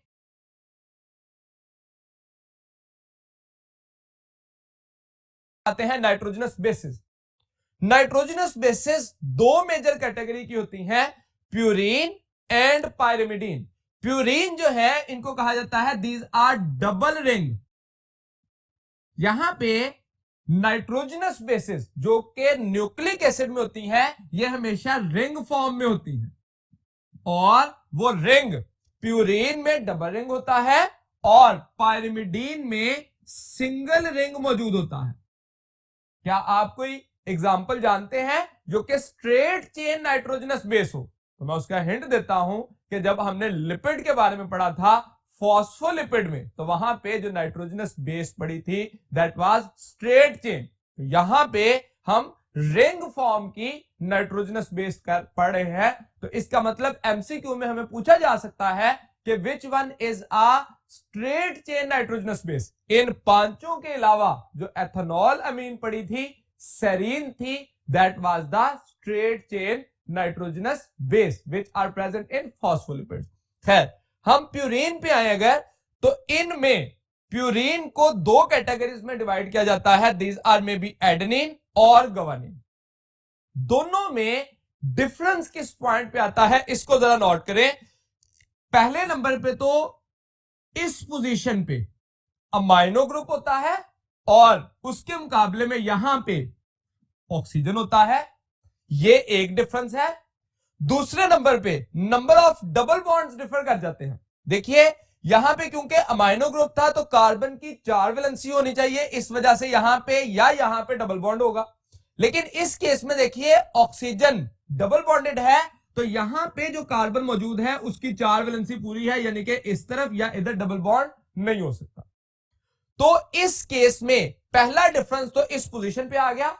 दूसरा डिफरेंस डबल बॉन्ड पे आ गया, और तीसरा डिफरेंस कहां पे आएगा, एट दिस कार्बन, जो कि हाइड्रोजन है और इस केस में अमाइनो ग्रुप है। तो आप इस बुनियाद पर ये दोनों में डिफरेंस याद रख सकते हैं हमें, क्योंकि एमसीक्यू में ये पॉइंट आता है तो या तो डायग्राम बना के नीचे नाम पूछा जा सकता है, या इसका नाम लिख के नीचे 4 स्केच हो सकते हैं जिसमें से आपको चूज करना होगा विच वन इज राइट ऑप्शन। तो क्योंकि आपको ये ड्रॉ नहीं करना वहां पे पेपर में, बल्कि ड्रॉ हुआ स्ट्रक्चर जो है उसको डिटरमिन करना है, उसको अंडरस्टैंड करना है करेक्ट ऑप्शन को, तो उसके लिए आपको की पॉइंट पता होने चाहिए कि दोनों में एक्चुअल डिफरेंस क्या है। तो जो एक्चुअल डिफरेंस है that is position of amino group and presence of oxygen. तो इस बुनियाद पर आप इनमें एडेनिन और ग्वानिन में डिफर कर सकते हैं।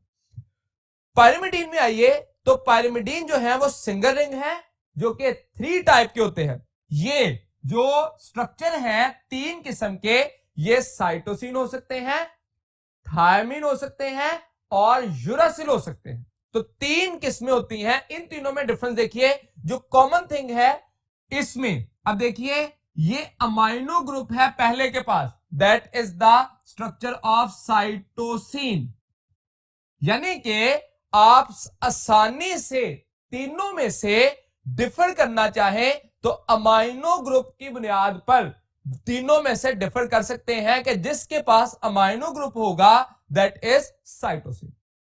उसके बाद अब आता है यूरासिल और थायमिन। तो इन दोनों का एग्जैक्टली सेम स्ट्रक्चर होता है सिवाय इस पोजीशन पर मिथाइल ग्रुप के। तो एक्चुअली मिथाइल ग्रुप की बुनियाद पर थायमिन और यूरासिल को डिफरेंशिएट किया जा सकता है। तो इसका मतलब इन कीवर्ड्स की बुनियाद पर आप अपना जो स्ट्रक्चर है उसमें डिफरेंस आसानी से डिटरमिन कर सकते हैं, और उसकी वजह से अपना स्ट्रक्चर जो है वो आप करेक्ट ऑप्शन को चूज कर सकते हैं।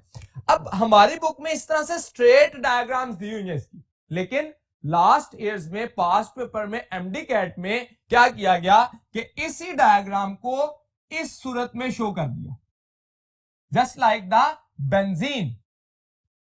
अब यहां पे क्या किया गया, इस तरह से स्ट्रक्चर बनाया, एक नाइट्रोजन यहां प्लेस किया, एक नाइट्रोजन यहां प्लेस किया, और इस जगह पे अमाइनो ग्रुप था, बाकी सारा स्ट्रक्चर। अब देखिए हमने कीवर्ड क्या रखा था कि जिसके पास अमाइनो ग्रुप होगा वो साइटोसिन है। तो चाहे यूं स्ट्रक्चर बनाया जाए, यूं बनाया जाए, जब अमाइनो ग्रुप मौजूद है तो it means it is cytosine. तो इसका मतलब यह हुआ कि आपको तीनों स्ट्रक्चर में जो डिफरेंसेस हैं उसको पता होना चाहिए, ताकि स्ट्रक्चर को जिस तरह मर्जी बनाया जाए आप अल्टीमेटली एक्चुअल स्ट्रक्चर या करेक्ट ऑप्शन की तरफ आसानी से पहुंच सके। तो इसलिए ये याद रखिएगा कि इनमें तीनों में की डिफरेंसेस क्या है।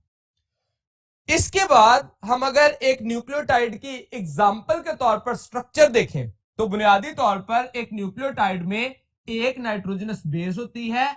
जो हमने यहां पे नाइट्रोजनस बेस बनाई वो कौन सी है, एडेनिन। कैसे पहचाना, क्योंकि डबल रिंग है और अमाइनो ग्रुप मौजूद है। ग्वानिन के पास क्या होना चाहिए था, यहां पे डबल बॉन्डेड ओ था।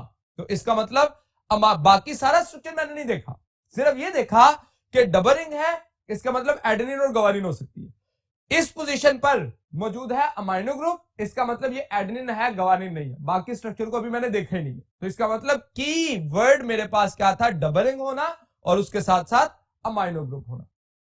अब ये स्ट्रक्चर जो है एडेनिन का स्ट्रक्चर जब अटैच होता है पेंटोज शुगर के साथ। अब मैंने पेंटोज शुगर को पहचानना है तो सबसे पहले तो मैंने ये देखा ये कार्बन नंबर 1 है, 2, 3, 4 एंड 5। इसका मतलब 5 कॉर्नर्ड है, 5 कार्बन रिंग है, पेंटोज है। जब मैंने ये देखा उसके बाद हाइड्रोक्सिल ग्रुप कार्बन नंबर 2 पे मौजूद है, इसका मतलब ये राइबोज है। अब इन दोनों की जो अटैचमेंट है, इसमें इस नाइट्रोजन के पास जो रिंग के 9th पोजीशन पे है, इसके पास हाइड्रोजन था और फर्स्ट कार्बन ऑफ राइबोज के पास हाइड्रोक्सिल था। तो इन दोनों से हाइड्रोजन की रिमूवल होगी और हाइड्रोक्सिल की, तो इन दोनों के दरमियान बॉन्ड बन जाएगा। ये जो बॉन्ड बना है ये CN बॉन्ड है लेकिन पेप्टाइड बॉन्ड नहीं है, that is considered as covalent bond. अब जिस वक्त एडेनिन और राइबोज एक दूसरे के साथ जुड़ेंगे तो वो क्या कहलाएगा, एडिनोसिन। अब इस एडिनोसिन के साथ फॉस्फेट ने अटैच होना है एट कार्बन नंबर 5। तो इसकी अटैचमेंट देखिए, कार्बन नंबर 5 ऑफ राइबोज के पास हाइड्रोक्सिल है और फास्फोरिक एसिड के पास ये जो हमने स्ट्रक्चर बनाया H3PO4, इसके पास भी हाइड्रोक्सिल ग्रुप मौजूद है। अब एसिड से हाइड्रोजन निकलेगा और राइबोज से हाइड्रोक्सिल निकलेगा और इनके दरमियान जो लिंकेज बन जाएगा that will be called as ester linkage. हमने लिपिड में भी ये पढ़ा था कि the bond between acid and alcohol, तो एक्चुअली OH ग्रुप इसका रिमूव हुआ है, अल्कोहल OH डोनेट करता है और हाइड्रोजन जो है वो रिमूव हुआ है फास्फोरिक एसिड का, जो कि एसिड के तौर पर बिहेव करेगा। So the bond between acid and alcohol will be considered as ester bond. तो अब एडेनिन के साथ राइबोज जुड़ा तो एडिनोसिन हो गया और एडिनोसिन के साथ जब फॉस्फेट जुड़ा तो एडिनोसिन मोनोफॉस्फेट हो गया। अब अगर एक और फॉस्फेट इसके साथ जुड़े तो एडिनोसिन डाइफॉस्फेट, और अगर एक और जुड़े तो एडिनोसिन ट्राइफॉस्फेट। तो 3 फॉस्फेट जुड़ने की वजह से एडिनोसिन ट्राइफॉस्फेट बन जाएगा, that will be called as a nucleotide. इसी तरह से एक और एग्जांपल हमारी बुक में दी गई है, निकोटिनअमाइड एडेनिन डाइन्यूक्लियोटाइड। ये भी एक न्यूक्लियोटाइड की टाइप है जो कि एक इंपॉर्टेंट कोएंजाइम है, जो कि एनर्जी कैरियर के तौर पर, इलेक्ट्रॉन कैरियर के तौर पर काम करता है, जो इलेक्ट्रॉन ट्रांसपोर्ट चेन में एटीपी बनाने में एक इंपॉर्टेंट रोल प्ले करता है। तो यहां पे हमने एक न्यूक्लियोटाइड का स्ट्रक्चर देखा एज एडिनोसिन मोनोफॉस्फेट। हमारी बुक में एडिनोसिन ट्राइफॉस्फेट का स्ट्रक्चर बना है, जिसमें देखिए तो फॉस्फेट 1 के साथ जो सेकंड फॉस्फेट अटैच है उसमें बॉन्ड टिल्टेड है, जिसका मतलब है हाई एनर्जी बॉन्ड है, और फिर सेकंड के साथ जो थर्ड फॉस्फेट अटैच है उसमें भी हाई एनर्जी बॉन्ड है। और हम ये भी बात जानते हैं कि एटीपी से जब थर्ड फॉस्फेट टूटता है तो 7.3 किलो कैलोरी एनर्जी रिलीज होती है। तो actually high energy phosphate bond भी बनेंगे जो कि एडिनोसिन ट्राइफॉस्फेट की सूरत में एग्जिस्ट करें। अब यहां पे जब हम न्यूक्लियोटाइड का स्ट्रक्चर देखते हैं तो एक न्यूक्लियोटाइड दूसरे न्यूक्लियोटाइड के साथ अटैच कैसे होता है, इस बात को समझने के लिए चलते हैं नेक्स्ट बोर्ड की तरफ। यहां पे स्टूडेंट हमने जो phosphodiester linkage, the linkage between 2 consecutive nucleotides, उसको यहां पे डिस्कस किया। एक्चुअली ये लिंकेज, यहां पे ये डायग्राम देखिए तो एक स्कीमेटिक डायग्राम के अंदर इसको शो किया। यहां पे अगर आप गौर करें तो ये जो हिस्सा है, ये देखिए, ये एक क्या है, न्यूक्लियोटाइड। कैसे? एक उसके पास नाइट्रोजनस बेस है क्योंकि सिंगल रिंग है, तो ये कौन सी हो सकती है, साइटोसिन हो सकती है, थायमिन हो सकती है, या यूरासिल हो सकती है। पेंटोज शुगर है और फास्फोरिक एसिड है। एक न्यूक्लियोटाइड पूरा हो गया। सेकेंडली यहां पे देखिए तो ये दूसरा न्यूक्लियोटाइड पूरा हो जाएगा जो कि किससे बना हुआ है, एडेनिन। डबल रिंग स्ट्रक्चर है, एडेनिन हो सकता है या गवानिन, तो मैंने स्कीमेटिक में इसको एडेनिन लिख दिया, नाइट्रोजनस बेस। वो अटैच है किसके साथ, पेंटोज शुगर के साथ, और उसके साथ अटैचमेंट है किसकी, फास्फोरिक एसिड की। तो ये सेकंड न्यूक्लियोटाइड है। दोनों कंसेक्टिव न्यूक्लियोटाइड एक दूसरे के साथ अटैच हो रहे हैं, और इस अटैचमेंट के दौरान यहां पे अब जरा गौर करें तो ये इस पेंटोज शुगर का कार्बन नंबर 5 है और इस कार्बन नंबर 5 का हाइड्रोक्सिल ग्रुप रिमूव होगा और फास्फोरिक एसिड का हाइड्रोजन, तो इनके दरमियान क्या बन जाएगा, एस्टर बॉन्ड, और वाटर का मॉलिक्यूल रिमूव हो जाएगा। Removal of water to form this ester bond is called as condensation. तो इसका मतलब यहां पे प्रोसेस क्या हुआ है, कंडेंसेशन, और वाटर का मॉलिक्यूल क्या हो गया है, रिलीज हो गया। इसकी वजह से एक न्यूक्लियोटाइड का स्ट्रक्चर बन गया। अब इसी तरह से ये न्यूक्लियोटाइड इसके साथ जब अटैच होगा तो यहां से हाइड्रोजन निकलेगा और अपर साइड से हाइड्रोक्सल, तो इन दोनों के दरमियान भी लिंकेज बना। तो इसका मतलब एक एस्टर बॉन्ड यहां बन गया, एक एस्टर बॉन्ड यहां बन गया। तो फॉस्फेट की वजह से दो न्यूक्लियोटाइड के दरमियान दो एस्टर बने हैं, इस वजह से इस कंप्लीट लिंकेज को क्या कहा जाएगा? फॉस्फोडाइएस्टर। तो ये सारा लिंकेज क्या कहला रहा है? Phosphodiester linkage. इसको रीड कैसे किया जाएगा? तो इस न्यूक्लियोटाइड से इस तक क्या है? ये COPOC। इसका मतलब ये हुआ कि ये कंप्लीट लिंकेज क्या है? COPOC। लेकिन हम इसको इस सूरत में भी कहते हैं क्योंकि एक न्यूक्लियोटाइड को दूसरे के साथ जोड़ने के लिए जो रीजन इन्वॉल्व हुआ है दैट इज ओनली POC। तो इसका मतलब the linkage between two nucleotide is only POC, जिसको हम फॉस्फोडाइएस्टर लिंकेज का नाम देंगे। तो इसका मतलब हम कैसे रिप्रेजेंट करते हैं इसको, यह भी आपको पता होना चाहिए। इस सीक्वेंस में दो तीन बातें कुछ और अहम है जिनके ऊपर हम आमतौर पर गौर नहीं करते। सबसे पहली बात कि जो ये नाइट्रोजनस बेस है ये पेंटोज के साथ किस कार्बन के साथ अटैच होती है? तो ये एक्चुअली कार्बन नंबर 1 के साथ अटैच होगी और नाइट्रोजनस बेस के रिंग में जो नाइट्रोजन है that should be at present at 9th number.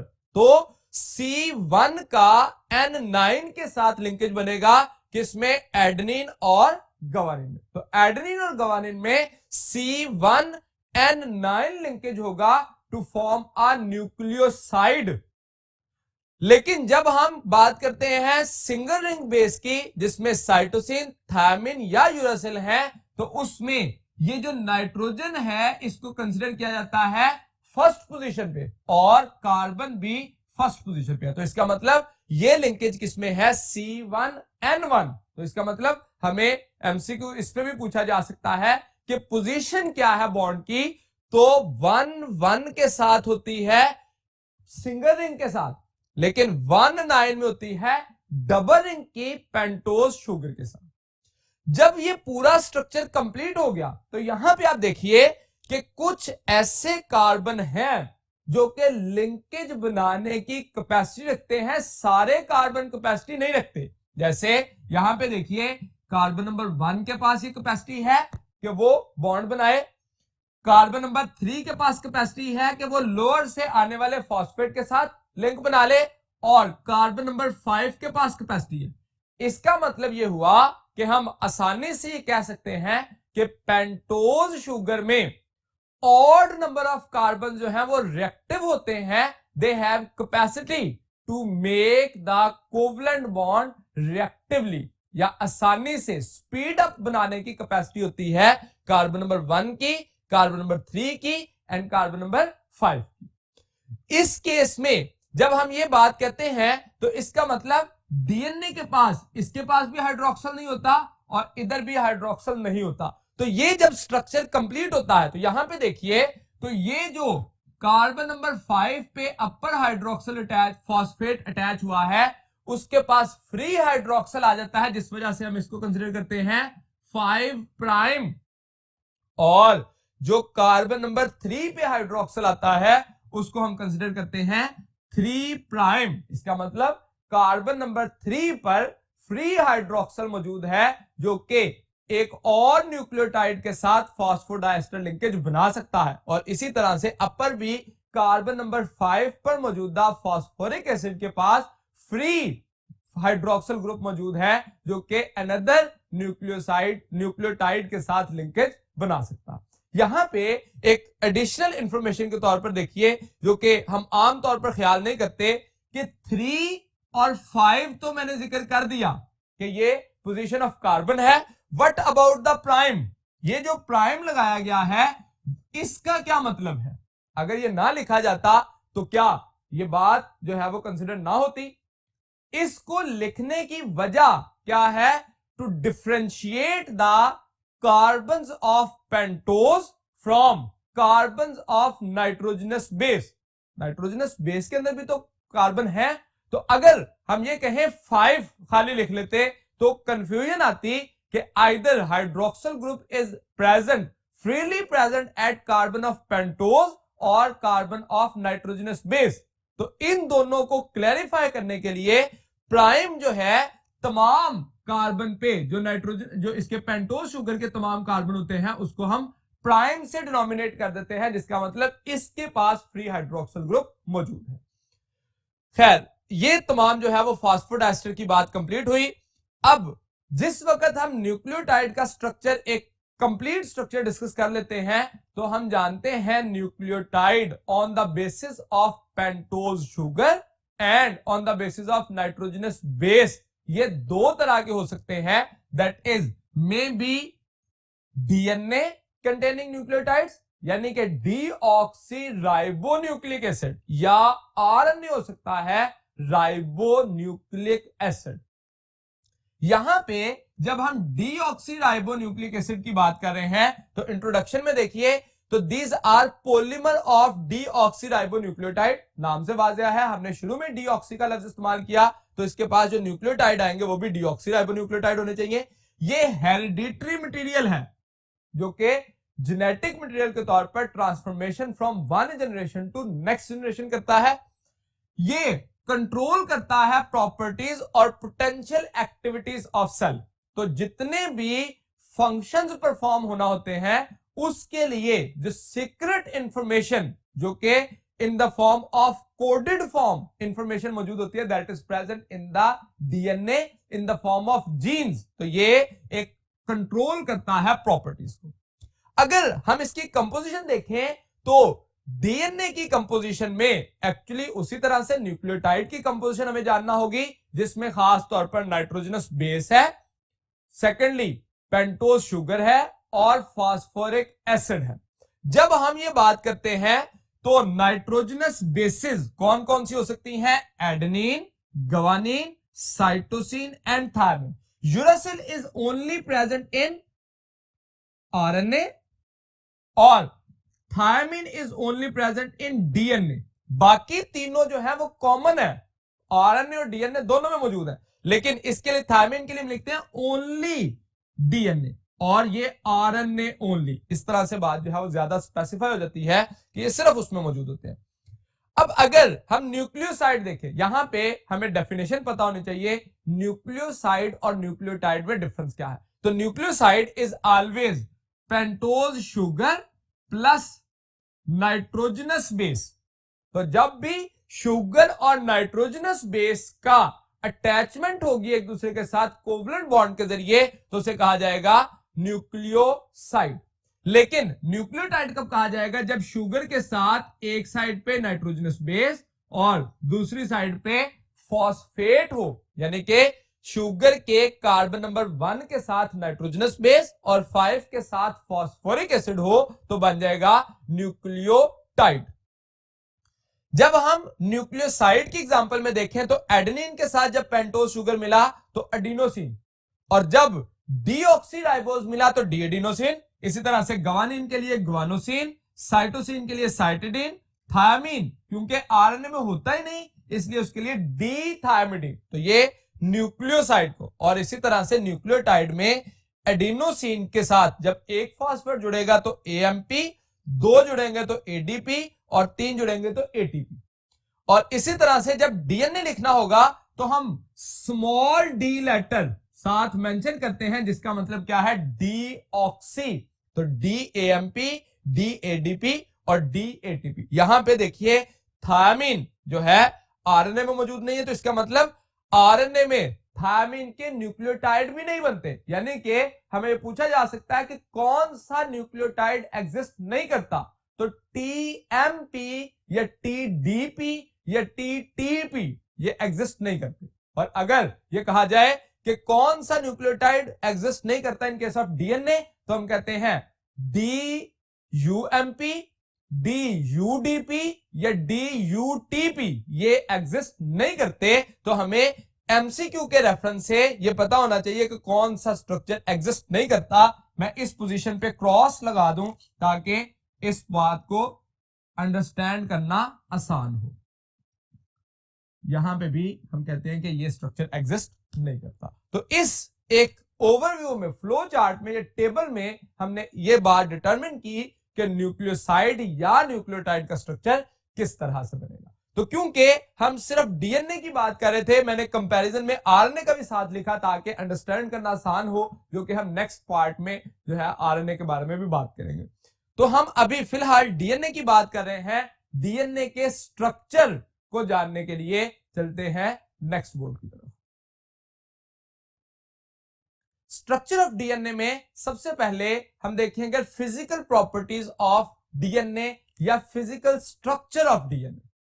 Physical structure of DNA, क्योंकि डीएनए को डिस्कवर तो कर दिया गया 1869 में, उसके कंपोनेंट 1920 में पता चल गए, लेकिन वो कंपोनेंट कैसे अरेंज हैं और उनकी फिजिकल फॉर्म क्या है, इस तक पहुंचने के लिए ऑलमोस्ट 1953 तक रिसर्च जो है वो कंटिन्यू रही और अल्टीमेटली एक स्ट्रॉन्ग स्ट्रक्चर या जो एक्सेप्टेबल स्ट्रक्चर है वो वॉटसन एंड क्रिक ने प्रपोज किया। इससे पहले दो साइंटिस्ट रोजर एंड फ्रैंकलिन, जिन्होंने एक्सरे डायफ्रैक्शन के जरिए डीएनए के स्ट्रक्चर को डिटरमिन करने की कोशिश की, और जो मॉरिस विल्किंस हैं, इन्होंने डीएनए फाइबर को प्रिपेयर किया। लेकिन एक detailed most accepted model for DNA structure जो दिया जिन्होंने, that was James D Watson and Francis Crick. तो इन दो साइंटिस्ट ने, जो कि बॉटनिस्ट और मैथमेटिशियन थे, इन्होंने इस मॉडल को पेश किया और उस मॉडल में जो स्ट्रक्चर ऑफ डीएनए की इन्होंने प्रॉपर्टीज बताई। सबसे पहली प्रॉपर्टी थी कि ये डबल स्ट्रैंडेड होता है। अगर आप जो डायग्राम है उसमें देखें तो डबल स्ट्रैंडेड स्ट्रक्चर हमने शो किया, जिसमें दो स्ट्रैंड मौजूद हैं जो कि एक दूसरे के गिर्द कॉइल किए होते हैं, कॉइल्ड अराउंड ईच अदर। तो both strand are antiparallel. अब ये भी बड़ा इंपॉर्टेंट पॉइंट है कि ये एंटी पैरेलल स्ट्रक्चर्स हैं। एक 5 प्राइम टू 3 प्राइम एंड चल रहा है और दूसरा 3 प्राइम टू 5 प्राइम एंड चल रहा है। यहां पे इंपॉर्टेंट बात यह है कि इस एंटी पैरेलल स्ट्रक्चर को मेंटेन करने के लिए कौन सा बॉन्ड होता है? Either it is phosphodiester bond, it is covalent bond, is it hydrogen bond और एनी अदर बॉन्ड। तो एक्चुअली एंटी पैरेलल स्ट्रक्चर को मेंटेन कौन करता है या ये बनता किस वजह से है? तो that is due to hydrogen bond. That hydrogen bond is present between two contemporary nitrogenous bases. तो एक्चुअली यहां पे अगर आप देखें तो एक स्ट्रैंड के पास अगर एडेनिन है तो दूसरे के पास थायमिन होनी चाहिए, जिनके दरमियान जो है वो बॉन्ड्स मौजूद होंगे। इसी तरह से ग्वानिन एंड साइटोसिन, तो इनके दरमियान ये बॉन्ड एग्जिस्ट करेंगे। यहां पे जब हम बात करते हैं थर्ड पॉइंट देखें तो एक पॉइंट यहां पे कहा जाता है adenine is equal to thymine and guanine is equal to cytosine. ये इक्वल का साइन है, इट डजंट मीन कि ये बॉन्ड्स हैं। इसके लिए मैं आगे लिख देता हूं, नॉट कंफ्यूज्ड एज बॉन्ड। ये इक्विवेलेंट का साइन है कि हमेशा एक डीएनए के मॉलिक्यूल में जितनी एडेनिन मौजूद होंगे उतने ही थायमिन होंगे और जितने ग्वानिन होंगे उतने ही साइटोसिन होंगे। तो ये हमारी बुक में एक टेबल के अंदर एडेनिन, ग्वानिन, साइटोसिन और थायमिन की रेशो जो है वो डिफरेंट ऑर्गेनिज्म के अंदर दिखाई गई, जिसमें ये शो किया गया कि एक्चुअली एडेनिन जो है वो थायमिन के अप्रोक्सीमेटली इक्वल कंसंट्रेशन में होता है और ग्वानिन जो है वो साइटोसिन के ऑलमोस्ट इक्वल कंसंट्रेशन में होता है। एडेनिन और थायमिन के दरमियान हाइड्रोजन बॉन्ड्स होते हैं बिटवीन स्टैक्ड बेसिस, जो सामने बेसिस आ रही हैं उनके दरमियान, and these are responsible to contribute to stability of DNA molecule. और यहां पे याद रखिए कि एडेनिन और थायमिन के दरमियान 2 हाइड्रोजन बॉन्ड होते हैं और ग्वानिन एंड साइटोसिन के दरमियान 3 हाइड्रोजन बॉन्ड होते हैं। इसको हम एक्सप्लेन कैसे करते हैं, अकॉर्डिंग टू चरगफ्स रूल, जिसमें कहा जाता है, एक तो बात इस तरह से कही जाती है कि adenine is equal to thymine and guanine is equal to cytosine. तो एक्चुअली इसको ऑपोजिट वे में कहा जा सकता है, adenine and guanine form the 50% of the total nucleotide and cytosine and thymine forms the total 50% of the nucleotides. मिसाल के तौर पर अगर हमें यह कहा जाए कि एडेनिन की मिकदार जो है वो 20% है, तो हमें बताया जाए कि गवानीन कितने होंगे। तो जैसे मैंने कहा A plus G should be equal to 50%। तो एक्चुअली एडेनिन अगर 20% है तो गवानीन जो है वो 50% में से माइनस करेंगे तो that will be equal to 30%। ये सिंपलेस्ट रेशो है जिसको हम निकाल सकते हैं, लेकिन अपने इस आंसर को जस्टिफाई करने के लिए हम ये देख सकते हैं कि adenine should be equal to thymine, तो इसका मतलब थायमिन भी कितना होना चाहिए था, 20%। ठीक है, और गवानीन जो है वो इक्वल होना चाहिए साइटोसिन के। तो गवानीन जो है अगर 30% है तो साइटोसिन शुड आल्सो बी 30%। तो अगर आप इन तीनों को कैलकुलेट, चारों को कैलकुलेट करें तो 20 and 20 40% एंड 30 30 60%। तो आपको कोई एक रेशो देके रिमेनिंग जो है वो पूछी जा सकती है कि ये इन दोनों की रेशो जो है वो उसमें क्या डिफरेंस है। नेक्स्ट पॉइंट देखिए, तो one complete helical turn measures about 3.4 nanometre. तो यहां पे डायग्राम में देखिए तो एक्चुअली एक जो टर्न बन रहा है उसमें 3.4 नैनोमीटर का डिस्टेंस है, और इस डिस्टेंस के अंदर एक्चुअली 10 बेस पेयर्स या 20 बेसेस आती हैं, 10 बेस पे और 20 बेसिस। इनमें 20 बेसिस में से अगर दो कंसेक्टिव बेसिस के दरमियान डिस्टेंस देखें तो वो 3.4 नैनोमीटर को 10 पे डिवाइड कर दिया जाएगा, तो that will be equal to 0.34 nanometre. इसी बात को इस सूरत में भी पूछा जाता है कि 3.4 नैनोमीटर है तो that will be equal to 34 angstrom. Angstrom भी एक यूनिट है जो कि इक्वल होता है 10⁻⁻10 के, 10⁻⁻10 मीटर के, और इसी तरह से यहां पे आगे हम कह देंगे that will be equal to 3.4 angstrom. तो आपको एंगस्ट्रॉम के लिहाज से भी और नैनोमीटर के लिहाज से भी यह बात पता होनी चाहिए। इस स्ट्रक्चर के बाद तीसरा पॉइंट देखिए, तो हमने ये कहा कि 0.34 नैनोमीटर है, ये बात क्लियर हो गई। उसके बाद डायमीटर में एक जो डीएनए का मॉलिक्यूल है उसका डायमीटर 2 नैनोमीटर जो है वो होता है, जो कि कांस्टेंट है। डीएनए का डायमीटर 2 नैनोमीटर कांस्टेंट कैसे रहेगा? हमेशा ये बात याद रखिए कि एक डबल रिंग स्ट्रक्चर जो है वो सिंगल रिंग स्ट्रक्चर के साथ ही बॉन्ड बनाता है, हाइड्रोजन बॉन्ड, जिसकी वजह से डीएनए का डायमीटर कंपैक्ट रहता है। तो एडेनिन कभी भी गवानीन के सामने नहीं आ सकता या साइटोसिन थायमिन के सामने नहीं आ सकता। एडेनिन हमेशा थायमिन के सामने आएगा तो अपना हाइड्रोजन बॉन्ड्स बनेंगे।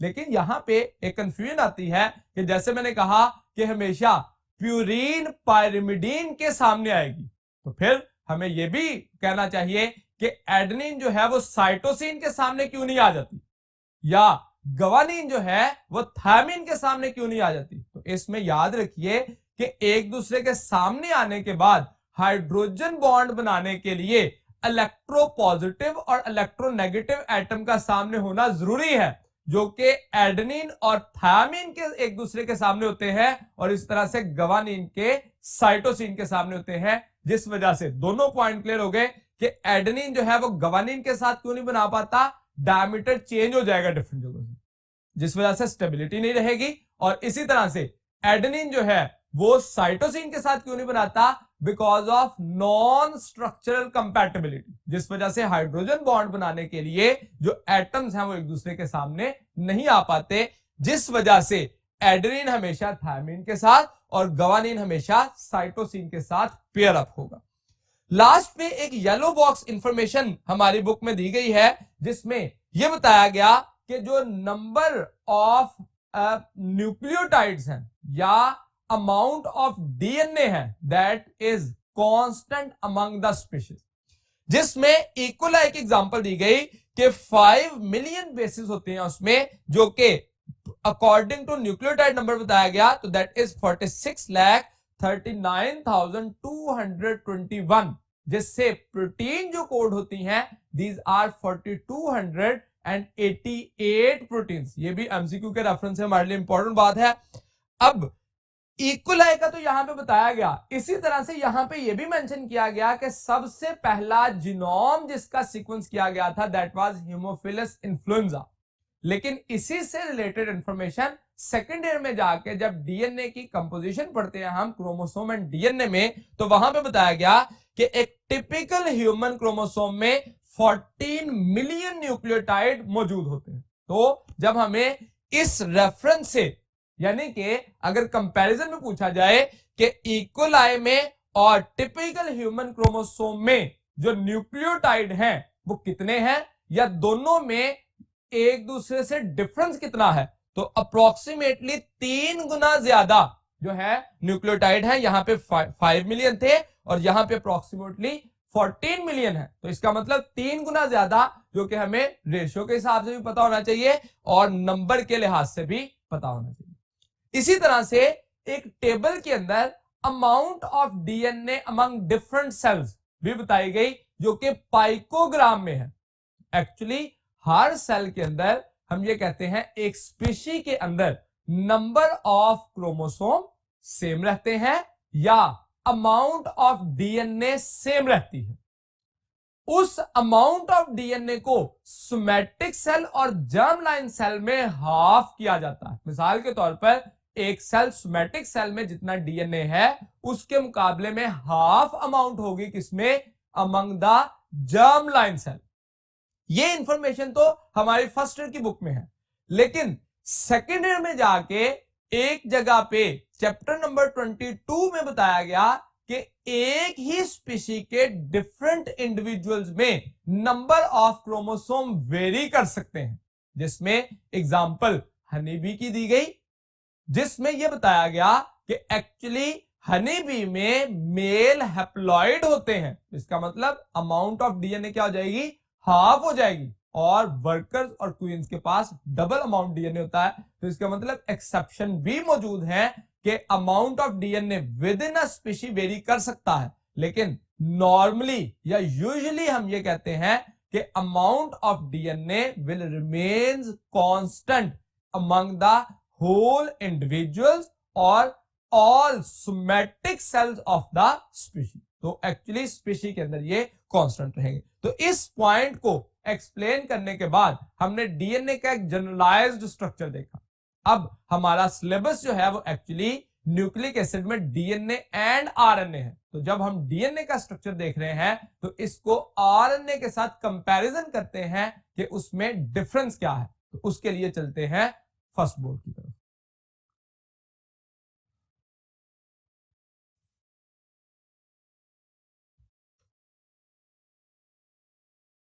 जी, तो हमने प्रीवियसली डीएनए के स्ट्रक्चर को डिटेल में डिस्कस किया।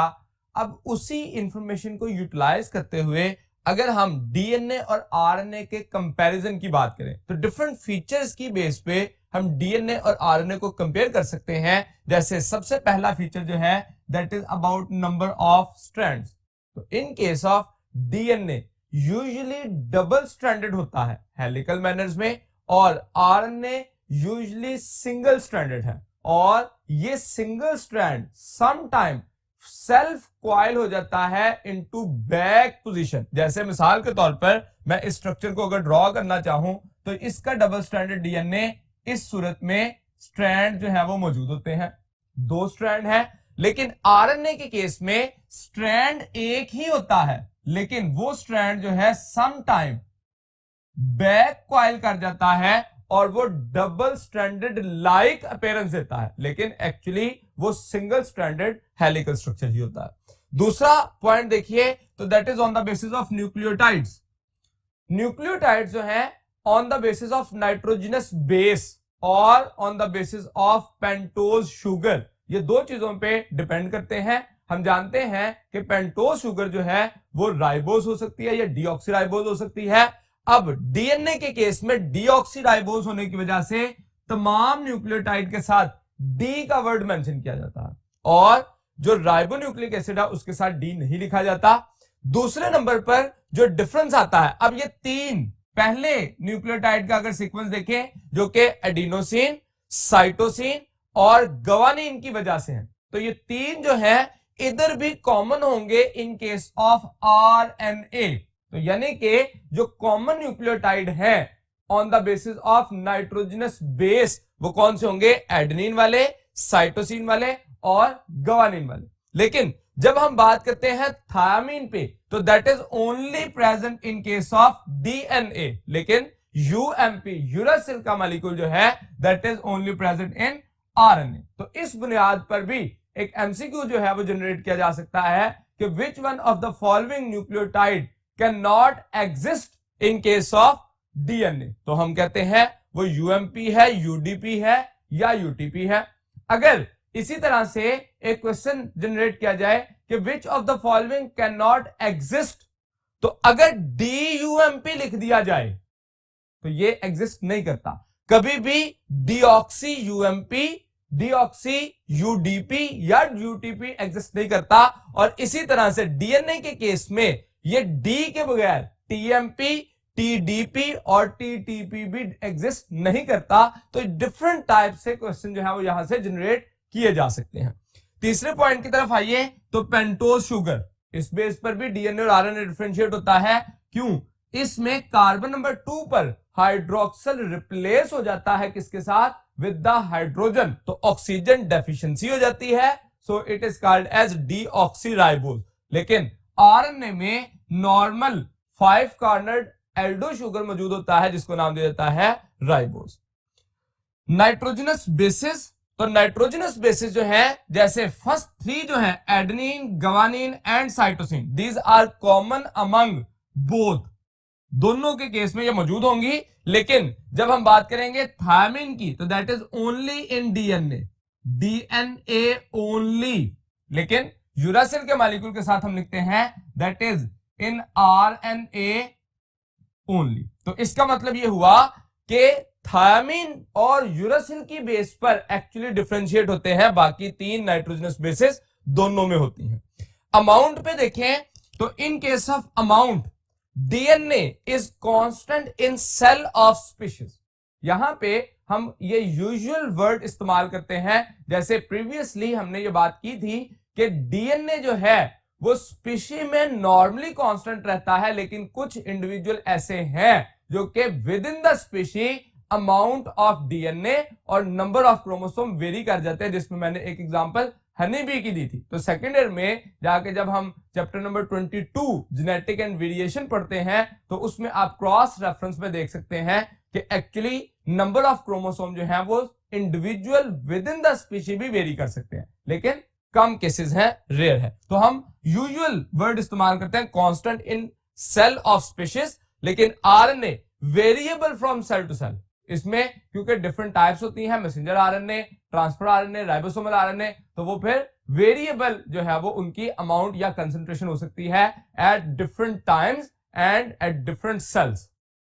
फंक्शंस पे आइए तो फंक्शन जो है डीएनए का, hereditary, the most important material, transfer of genetic material from one generation to next generation, तो हेरिडिटरी मटेरियल के तौर पर काम करता है। लेकिन आरएनए जो है वो डिफरेंट टाइप के होते हैं और डिफरेंटली बिहेव करते हैं, लेकिन सबका एक्चुअल फंक्शन क्या है, हेल्प्स इन प्रोटीन सिंथेसिस। तो आगे हम जब मैसेंजर आरएनए, राइबोसोमल आरएनए और ट्रांसफर आरएनए का फंक्शन देखेंगे तो ये देखेंगे कि डायरेक्टली और इनडायरेक्टली वो जो डीएनए के पास जेनेटिक कोड की सूरत में सीक्वेंस मौजूद है, उस सीक्वेंशियल प्रोसेस को, उस कोड को डिकोड करते हैं और प्रोटीन की सूरत में बनाने में या तो डायरेक्ट इन्वॉल्व होते हैं या कुछ हेल्प करते हैं ताकि प्रोटीन सिंथेसाइज की जा सके। लोकेशन पे देखिए तो according to location DNA nucleus में होता है, माइटोकॉन्ड्रिया में एंड क्लोरोप्लास्ट में।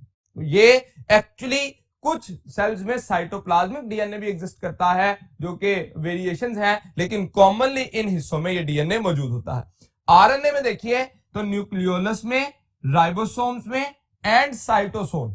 तो क्योंकि जब डीएनए से आरएनए बनना है by the process of transcription, तो उस दौरानिये में जो आरएनए है उसको ट्रांसफर कर दिया जाता है किस तरफ, साइटोसोल। साइटोसोल में ये सिंथेसाइज नहीं होगा, बनेगा न्यूक्लियस में ही, और वहां से इसको ट्रांसपोर्ट किया जाएगा साइटोसोल में in case of eukaryotic cell. तो ये एक जनरल कंपैरिजन जो है वो देखा डीएनए और आरएनए में। अब अगर हम आरएनए का जो लास्ट पॉइंट है that is about types of RNA, तो उसके लिए चलते हैं नेक्स्ट बोर्ड की तरफ। राइबोन्यूक्लिक एसिड या आरएनए, इसकी टाइप्स पढ़ने से पहले कुछ मेन पॉइंट देखें तो ये पॉलीमर ऑफ राइबोन्यूक्लियोटाइड है, ये हमने कंपैरिजन में भी बात कर दी, या जब डीएनए की बात की थी उस वक्त भी हमने कहा था। Present in nucleolus, ribosome and cytosol, ये भी हम बात डिस्कस कर चुके हैं। स्ट्रक्चर इसका सिंगल स्ट्रैंडेड है but may be folded back to give double helical characteristic. तो ये वाला पॉइंट जो है हमने अभी डिस्कस किया कि ये किस तरह से फोल्ड बैक होगा ताकि डबल हेलिक कैरेक्टरिस्टिक अटेन कर ले। लगेगा जैसे ये डबल हेलिकल है लेकिन एक ही स्ट्रैंड जो है वो एक्चुअली फोल्ड बैक हुआ होता है। सिंथेसाइज होता है ड्यूरिंग द ट्रांसक्रिप्शन। तो एक्चुअली सेंट्रल डॉगमा का जो एक इवेंट है, मोस्ट इंपॉर्टेंट इवेंट, जिसमें डीएनए से आरएनए बनता है, दैट इज एक्चुअली ट्रांसक्रिप्शन। तो ट्रांसक्रिप्शन के प्रोसेस के जरिए आरएनए बनते हैं और इनकी डिफरेंट टाइप्स होती हैं। मैसेंजर आरएनए हो सकता है, ट्रांसफर आरएनए हो सकता है, राइबोसोमल। ये तीन मेन टाइप्स हमारी बुक में डिस्कस की गई। इसके अलावा भी डिफरेंट टाइप के आरएनए हो सकते हैं लेकिन इन तीन टाइप्स को हमारी बुक में डिस्कस किया गया। इसमें देखिए ये जो सबसे पहला पॉइंट है that is about their percentage. Percentage में एक सेल के अंदर नॉर्मली जो मिनिमम अमाउंट में होता है वो मैसेंजर आरएनए है। क्यों? क्योंकि ये जैसे ही प्रोटीन सिंथेसिस होती है तो डिग्रेड हो जाता है और नेक्स्ट टाइम दोबारा बनता है। तो मिनिमम अमाउंट में है among all RNS almost 3 to 4%। Transfer RNA कुछ उससे ज्यादा होता है 10 to 20%, और राइबोसोमल आरएनए मोस्ट अबंडेंट है ऑलमोस्ट 80%। लेंथ की बात करें तो अकॉर्डिंग टू द लेंथ जो मैसेंजर आरएनए है वेरिएबल लेंथ रखता है। इसमें न्यूक्लियोटाइड की तादाद डिपेंड किस पे करेगी, on the basis of the gene and responsible for protein synthesis. Actually एक प्रोटीन, फॉर एग्जांपल एक प्रोटीन हमारे पास 10 अमाइनो एसिड की है तो उसको बनाने के लिए जो एमआरएनए आएगा उसके पास 30 न्यूक्लियोटाइड होने चाहिए। तो एक्चुअली यहां पे एक सिंपलेस्ट फॉर्मूला याद रखिए कि एक अमाइनो एसिड को कोड करने के लिए 3 न्यूक्लियोटाइड चाहिए। तो इसलिए एमआरएनए के पास according to the number of amino acid of protein उसके ट्रिपल जो है न्यूक्लियोटाइड मौजूद होंगे। इसीलिए इसके कोडॉन को ट्रिपलेट का नाम दिया जाता है क्योंकि 3 न्यूक्लियोटाइड मिलके एक कोडॉन बनाते हैं जो कि एक अमाइनो एसिड को कोड करता है। तो इसलिए हमने लिखा depend upon the length of protein to be synthesised. Transfer RNA देखिए तो that is almost 75 to 90 nucleotide. तो इसकी लेंथ जो है वो इस रेंज में होती है जो कि ट्रांसफर आरएनए जो है वो हमारे सेल्स में actually transfer of amino acid कर रहे होते हैं। तो अमाइनो एसिड की टाइप कितनी है जो कि प्रोटीन सिंथेसिस में इन्वॉल्व हो, तो वो है 20। तो इसका मतलब ये हुआ कि मिनिमम 20 टाइप्स के ट्रांसफर आरएनए सेल के पास होने चाहिए, लेकिन ये यूजुअली 45 काइंड्स तक जो है वो मौजूद होते हैं। अब यहां पे भी देखिए फर्स्ट ईयर में जब हम कंपैरिजन पढ़ते हैं इस चैप्टर में तो यहां पे इसके लिए लिखा 20 काइंड्स, लेकिन सेकेंड ईयर में जाके जब ट्रांसक्रिप्शन के प्रोसेस से पहले ट्रांसफर आरएनए को डिस्कस किया जा रहा है वहां पे लिखा 45 काइंड। तो हम कहते हैं मिनिमम 20 काइंड्स हैं लेकिन 45 काइंड्स तक हो सकते हैं। तो आपको दोनों पॉइंट जो है वो पता होने चाहिए।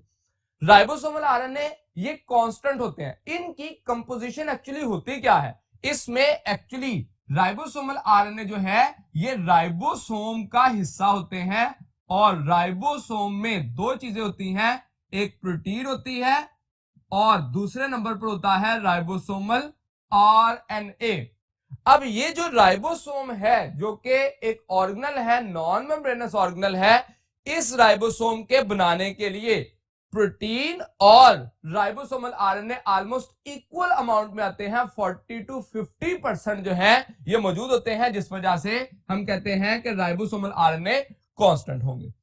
फंक्शन देखिए तो मैसेंजर आरएनए के नाम से वाजिया है, messenger that is able to take the message, तो टेक मैसेज फ्रॉम डीएनए। इसके पास वो जो सीक्वेंस ऑफ न्यूक्लियोटाइड डीएनए के पास था उसी को कोड किया गया है in the form of RNA, और आरएनए को फिर डीकोड किया जाएगा to form a protein by a particular number and sequence of amino acids. तो यहां पे टेक मैसेज फ्रॉम डीएनए।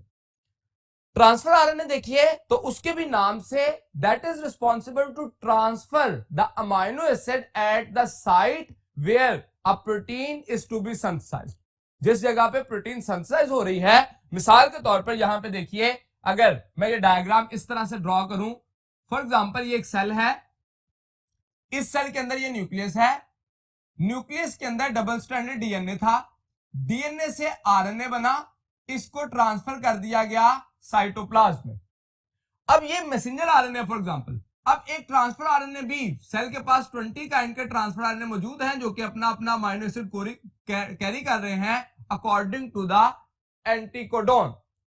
अब ये एक अमाइनो एसिड कैरी कर रहे हैं, जो ट्रांसक्रिप्शन के बाद जो एमआरएनए बना था इससे अब होनी है प्रोटीन सिंथेसिस।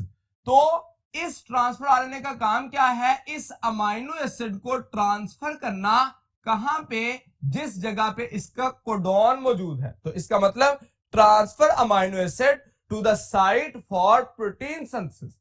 तो इस पॉइंट में अब ये नहीं है कि ये सेल से बाहर कहीं और ट्रांसफर कर रहा है, विद इन द सेल ही साइटोप्लाज्म के अंदर जिस जगह पे उसका कोड मौजूद है उस जगह पे इसको ट्रांसफर करने में हेल्प करेगा।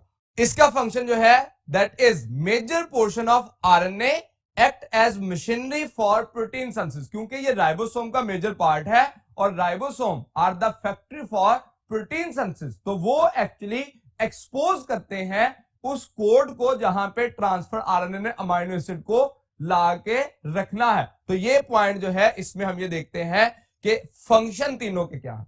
अब यहां पे हमारे फर्स्ट ईयर के इस चैप्टर में तो यही बात लिखी गई, लेकिन सेकेंड ईयर में जाके जब हम चैप्टर ट्रांसक्रिप्शन और ट्रांसलेशन और रेप्लिकेशन की बात पढ़ते हैं तो उसमें हम ये देखते हैं कि ट्रांसफर आरएनए का स्ट्रक्चर बनाया गया, और वो स्ट्रक्चर जो है दो सूरतों में हो सकता है, दैट इज 3 डायमेंशनल और 2 डायमेंशनल। अब इसमें जो 2 डायमेंशनल स्ट्रक्चर है इसके अंदर डिफरेंट लोब शो किए गए हैं। अब देखिए सिंगल स्ट्रैंड ही है 3 प्राइम टू 5 प्राइम, लेकिन वो सेल्फ कॉइल हुआ है जिस वजह से कुछ जगहों से डबल स्ट्रैंड जो है वो बन रहा है। इसमें ये जो लूप बनती है that is actually activation enzyme recognition site, the most important thing, इसकी वजह से एंजाइम को रिकॉग्नाइज किया जाता है। और सबसे इंपॉर्टेंट जो कि फॉर प्रोसेस ऑफ ट्रांसलेशन में अपना हेल्प करती है दैट इज एंटीकोडोन। इसके पास 3 न्यूक्लियोटाइड का सीक्वेंस होता है that is responsible to detect और रिकॉग्नाइज द कोडॉन, और उसके साथ ये आके कंप्लीमेंट्री स्ट्रक्चर बनाता है ताकि अमाइनो एसिड को प्लेस किया जा सके। तो एंटीकोडॉन जो है वो ट्रांसफर आरएनए के पास है और कोडॉन किसके पास है, मैसेंजर आरएनए के पास। तो इसका मतलब हमें दोनों में कोडॉन और एंटीकोडॉन की पोजीशन भी पता होनी चाहिए।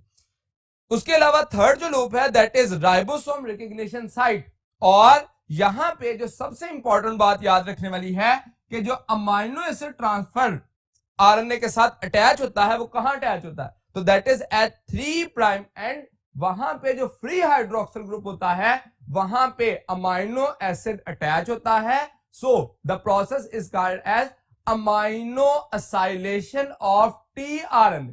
तो उस जगह का सीक्वेंस क्या है, ACC, ये सीक्वेंस भी आपको पता होना चाहिए। और 5 प्राइम एंड पर G मौजूद होता है जो कि टर्मिनल स्ट्रक्चर है, जिस वजह से स्ट्रक्चर जो है वो एक प्रॉपर जो है अपीयरेंस शो कर सकता है। उसी का जो 3 डायमेंशनल स्ट्रक्चर जो कि प्रॉपरली हम अगर फंक्शन को देखना चाहें तो इसके पास यहां पे अमाइनो एसिड अटैचमेंट साइट होती है जो 3 पॉइंट एंड की थी, और जो लोअर साइड है ये एंटीकोडॉन, इस जगह पर एंटीकोडॉन मौजूद होता है जो कि कोडॉन रिकग्निशन साइट कंसिडर की जाती है। तो इस पैटर्न से हमने ट्रांसफर आरएनए से रिलेटेड क्वेश्चन जो है वो पूछा जा सकता है सेकेंड ईयर से क्रॉस रेफरेंस के साथ भी। So you have to elaborate the table by using the information present in second year book। यहां तक आज का हमारा ये लेक्चर कंप्लीट हुआ। उम्मीद है कि मैं अपनी बात आपको समझाने में कामयाब रहा। इसके लिए सख्त मेहनत कीजिएगा ताकि आप अपना इससे रिलेटेड टेस्ट जो है वो बेहतर तरीके से परफॉर्म कर सके। नेक्स्ट लेक्चर तक के लिए दीजिए इजाजत। अल्लाह हाफिज।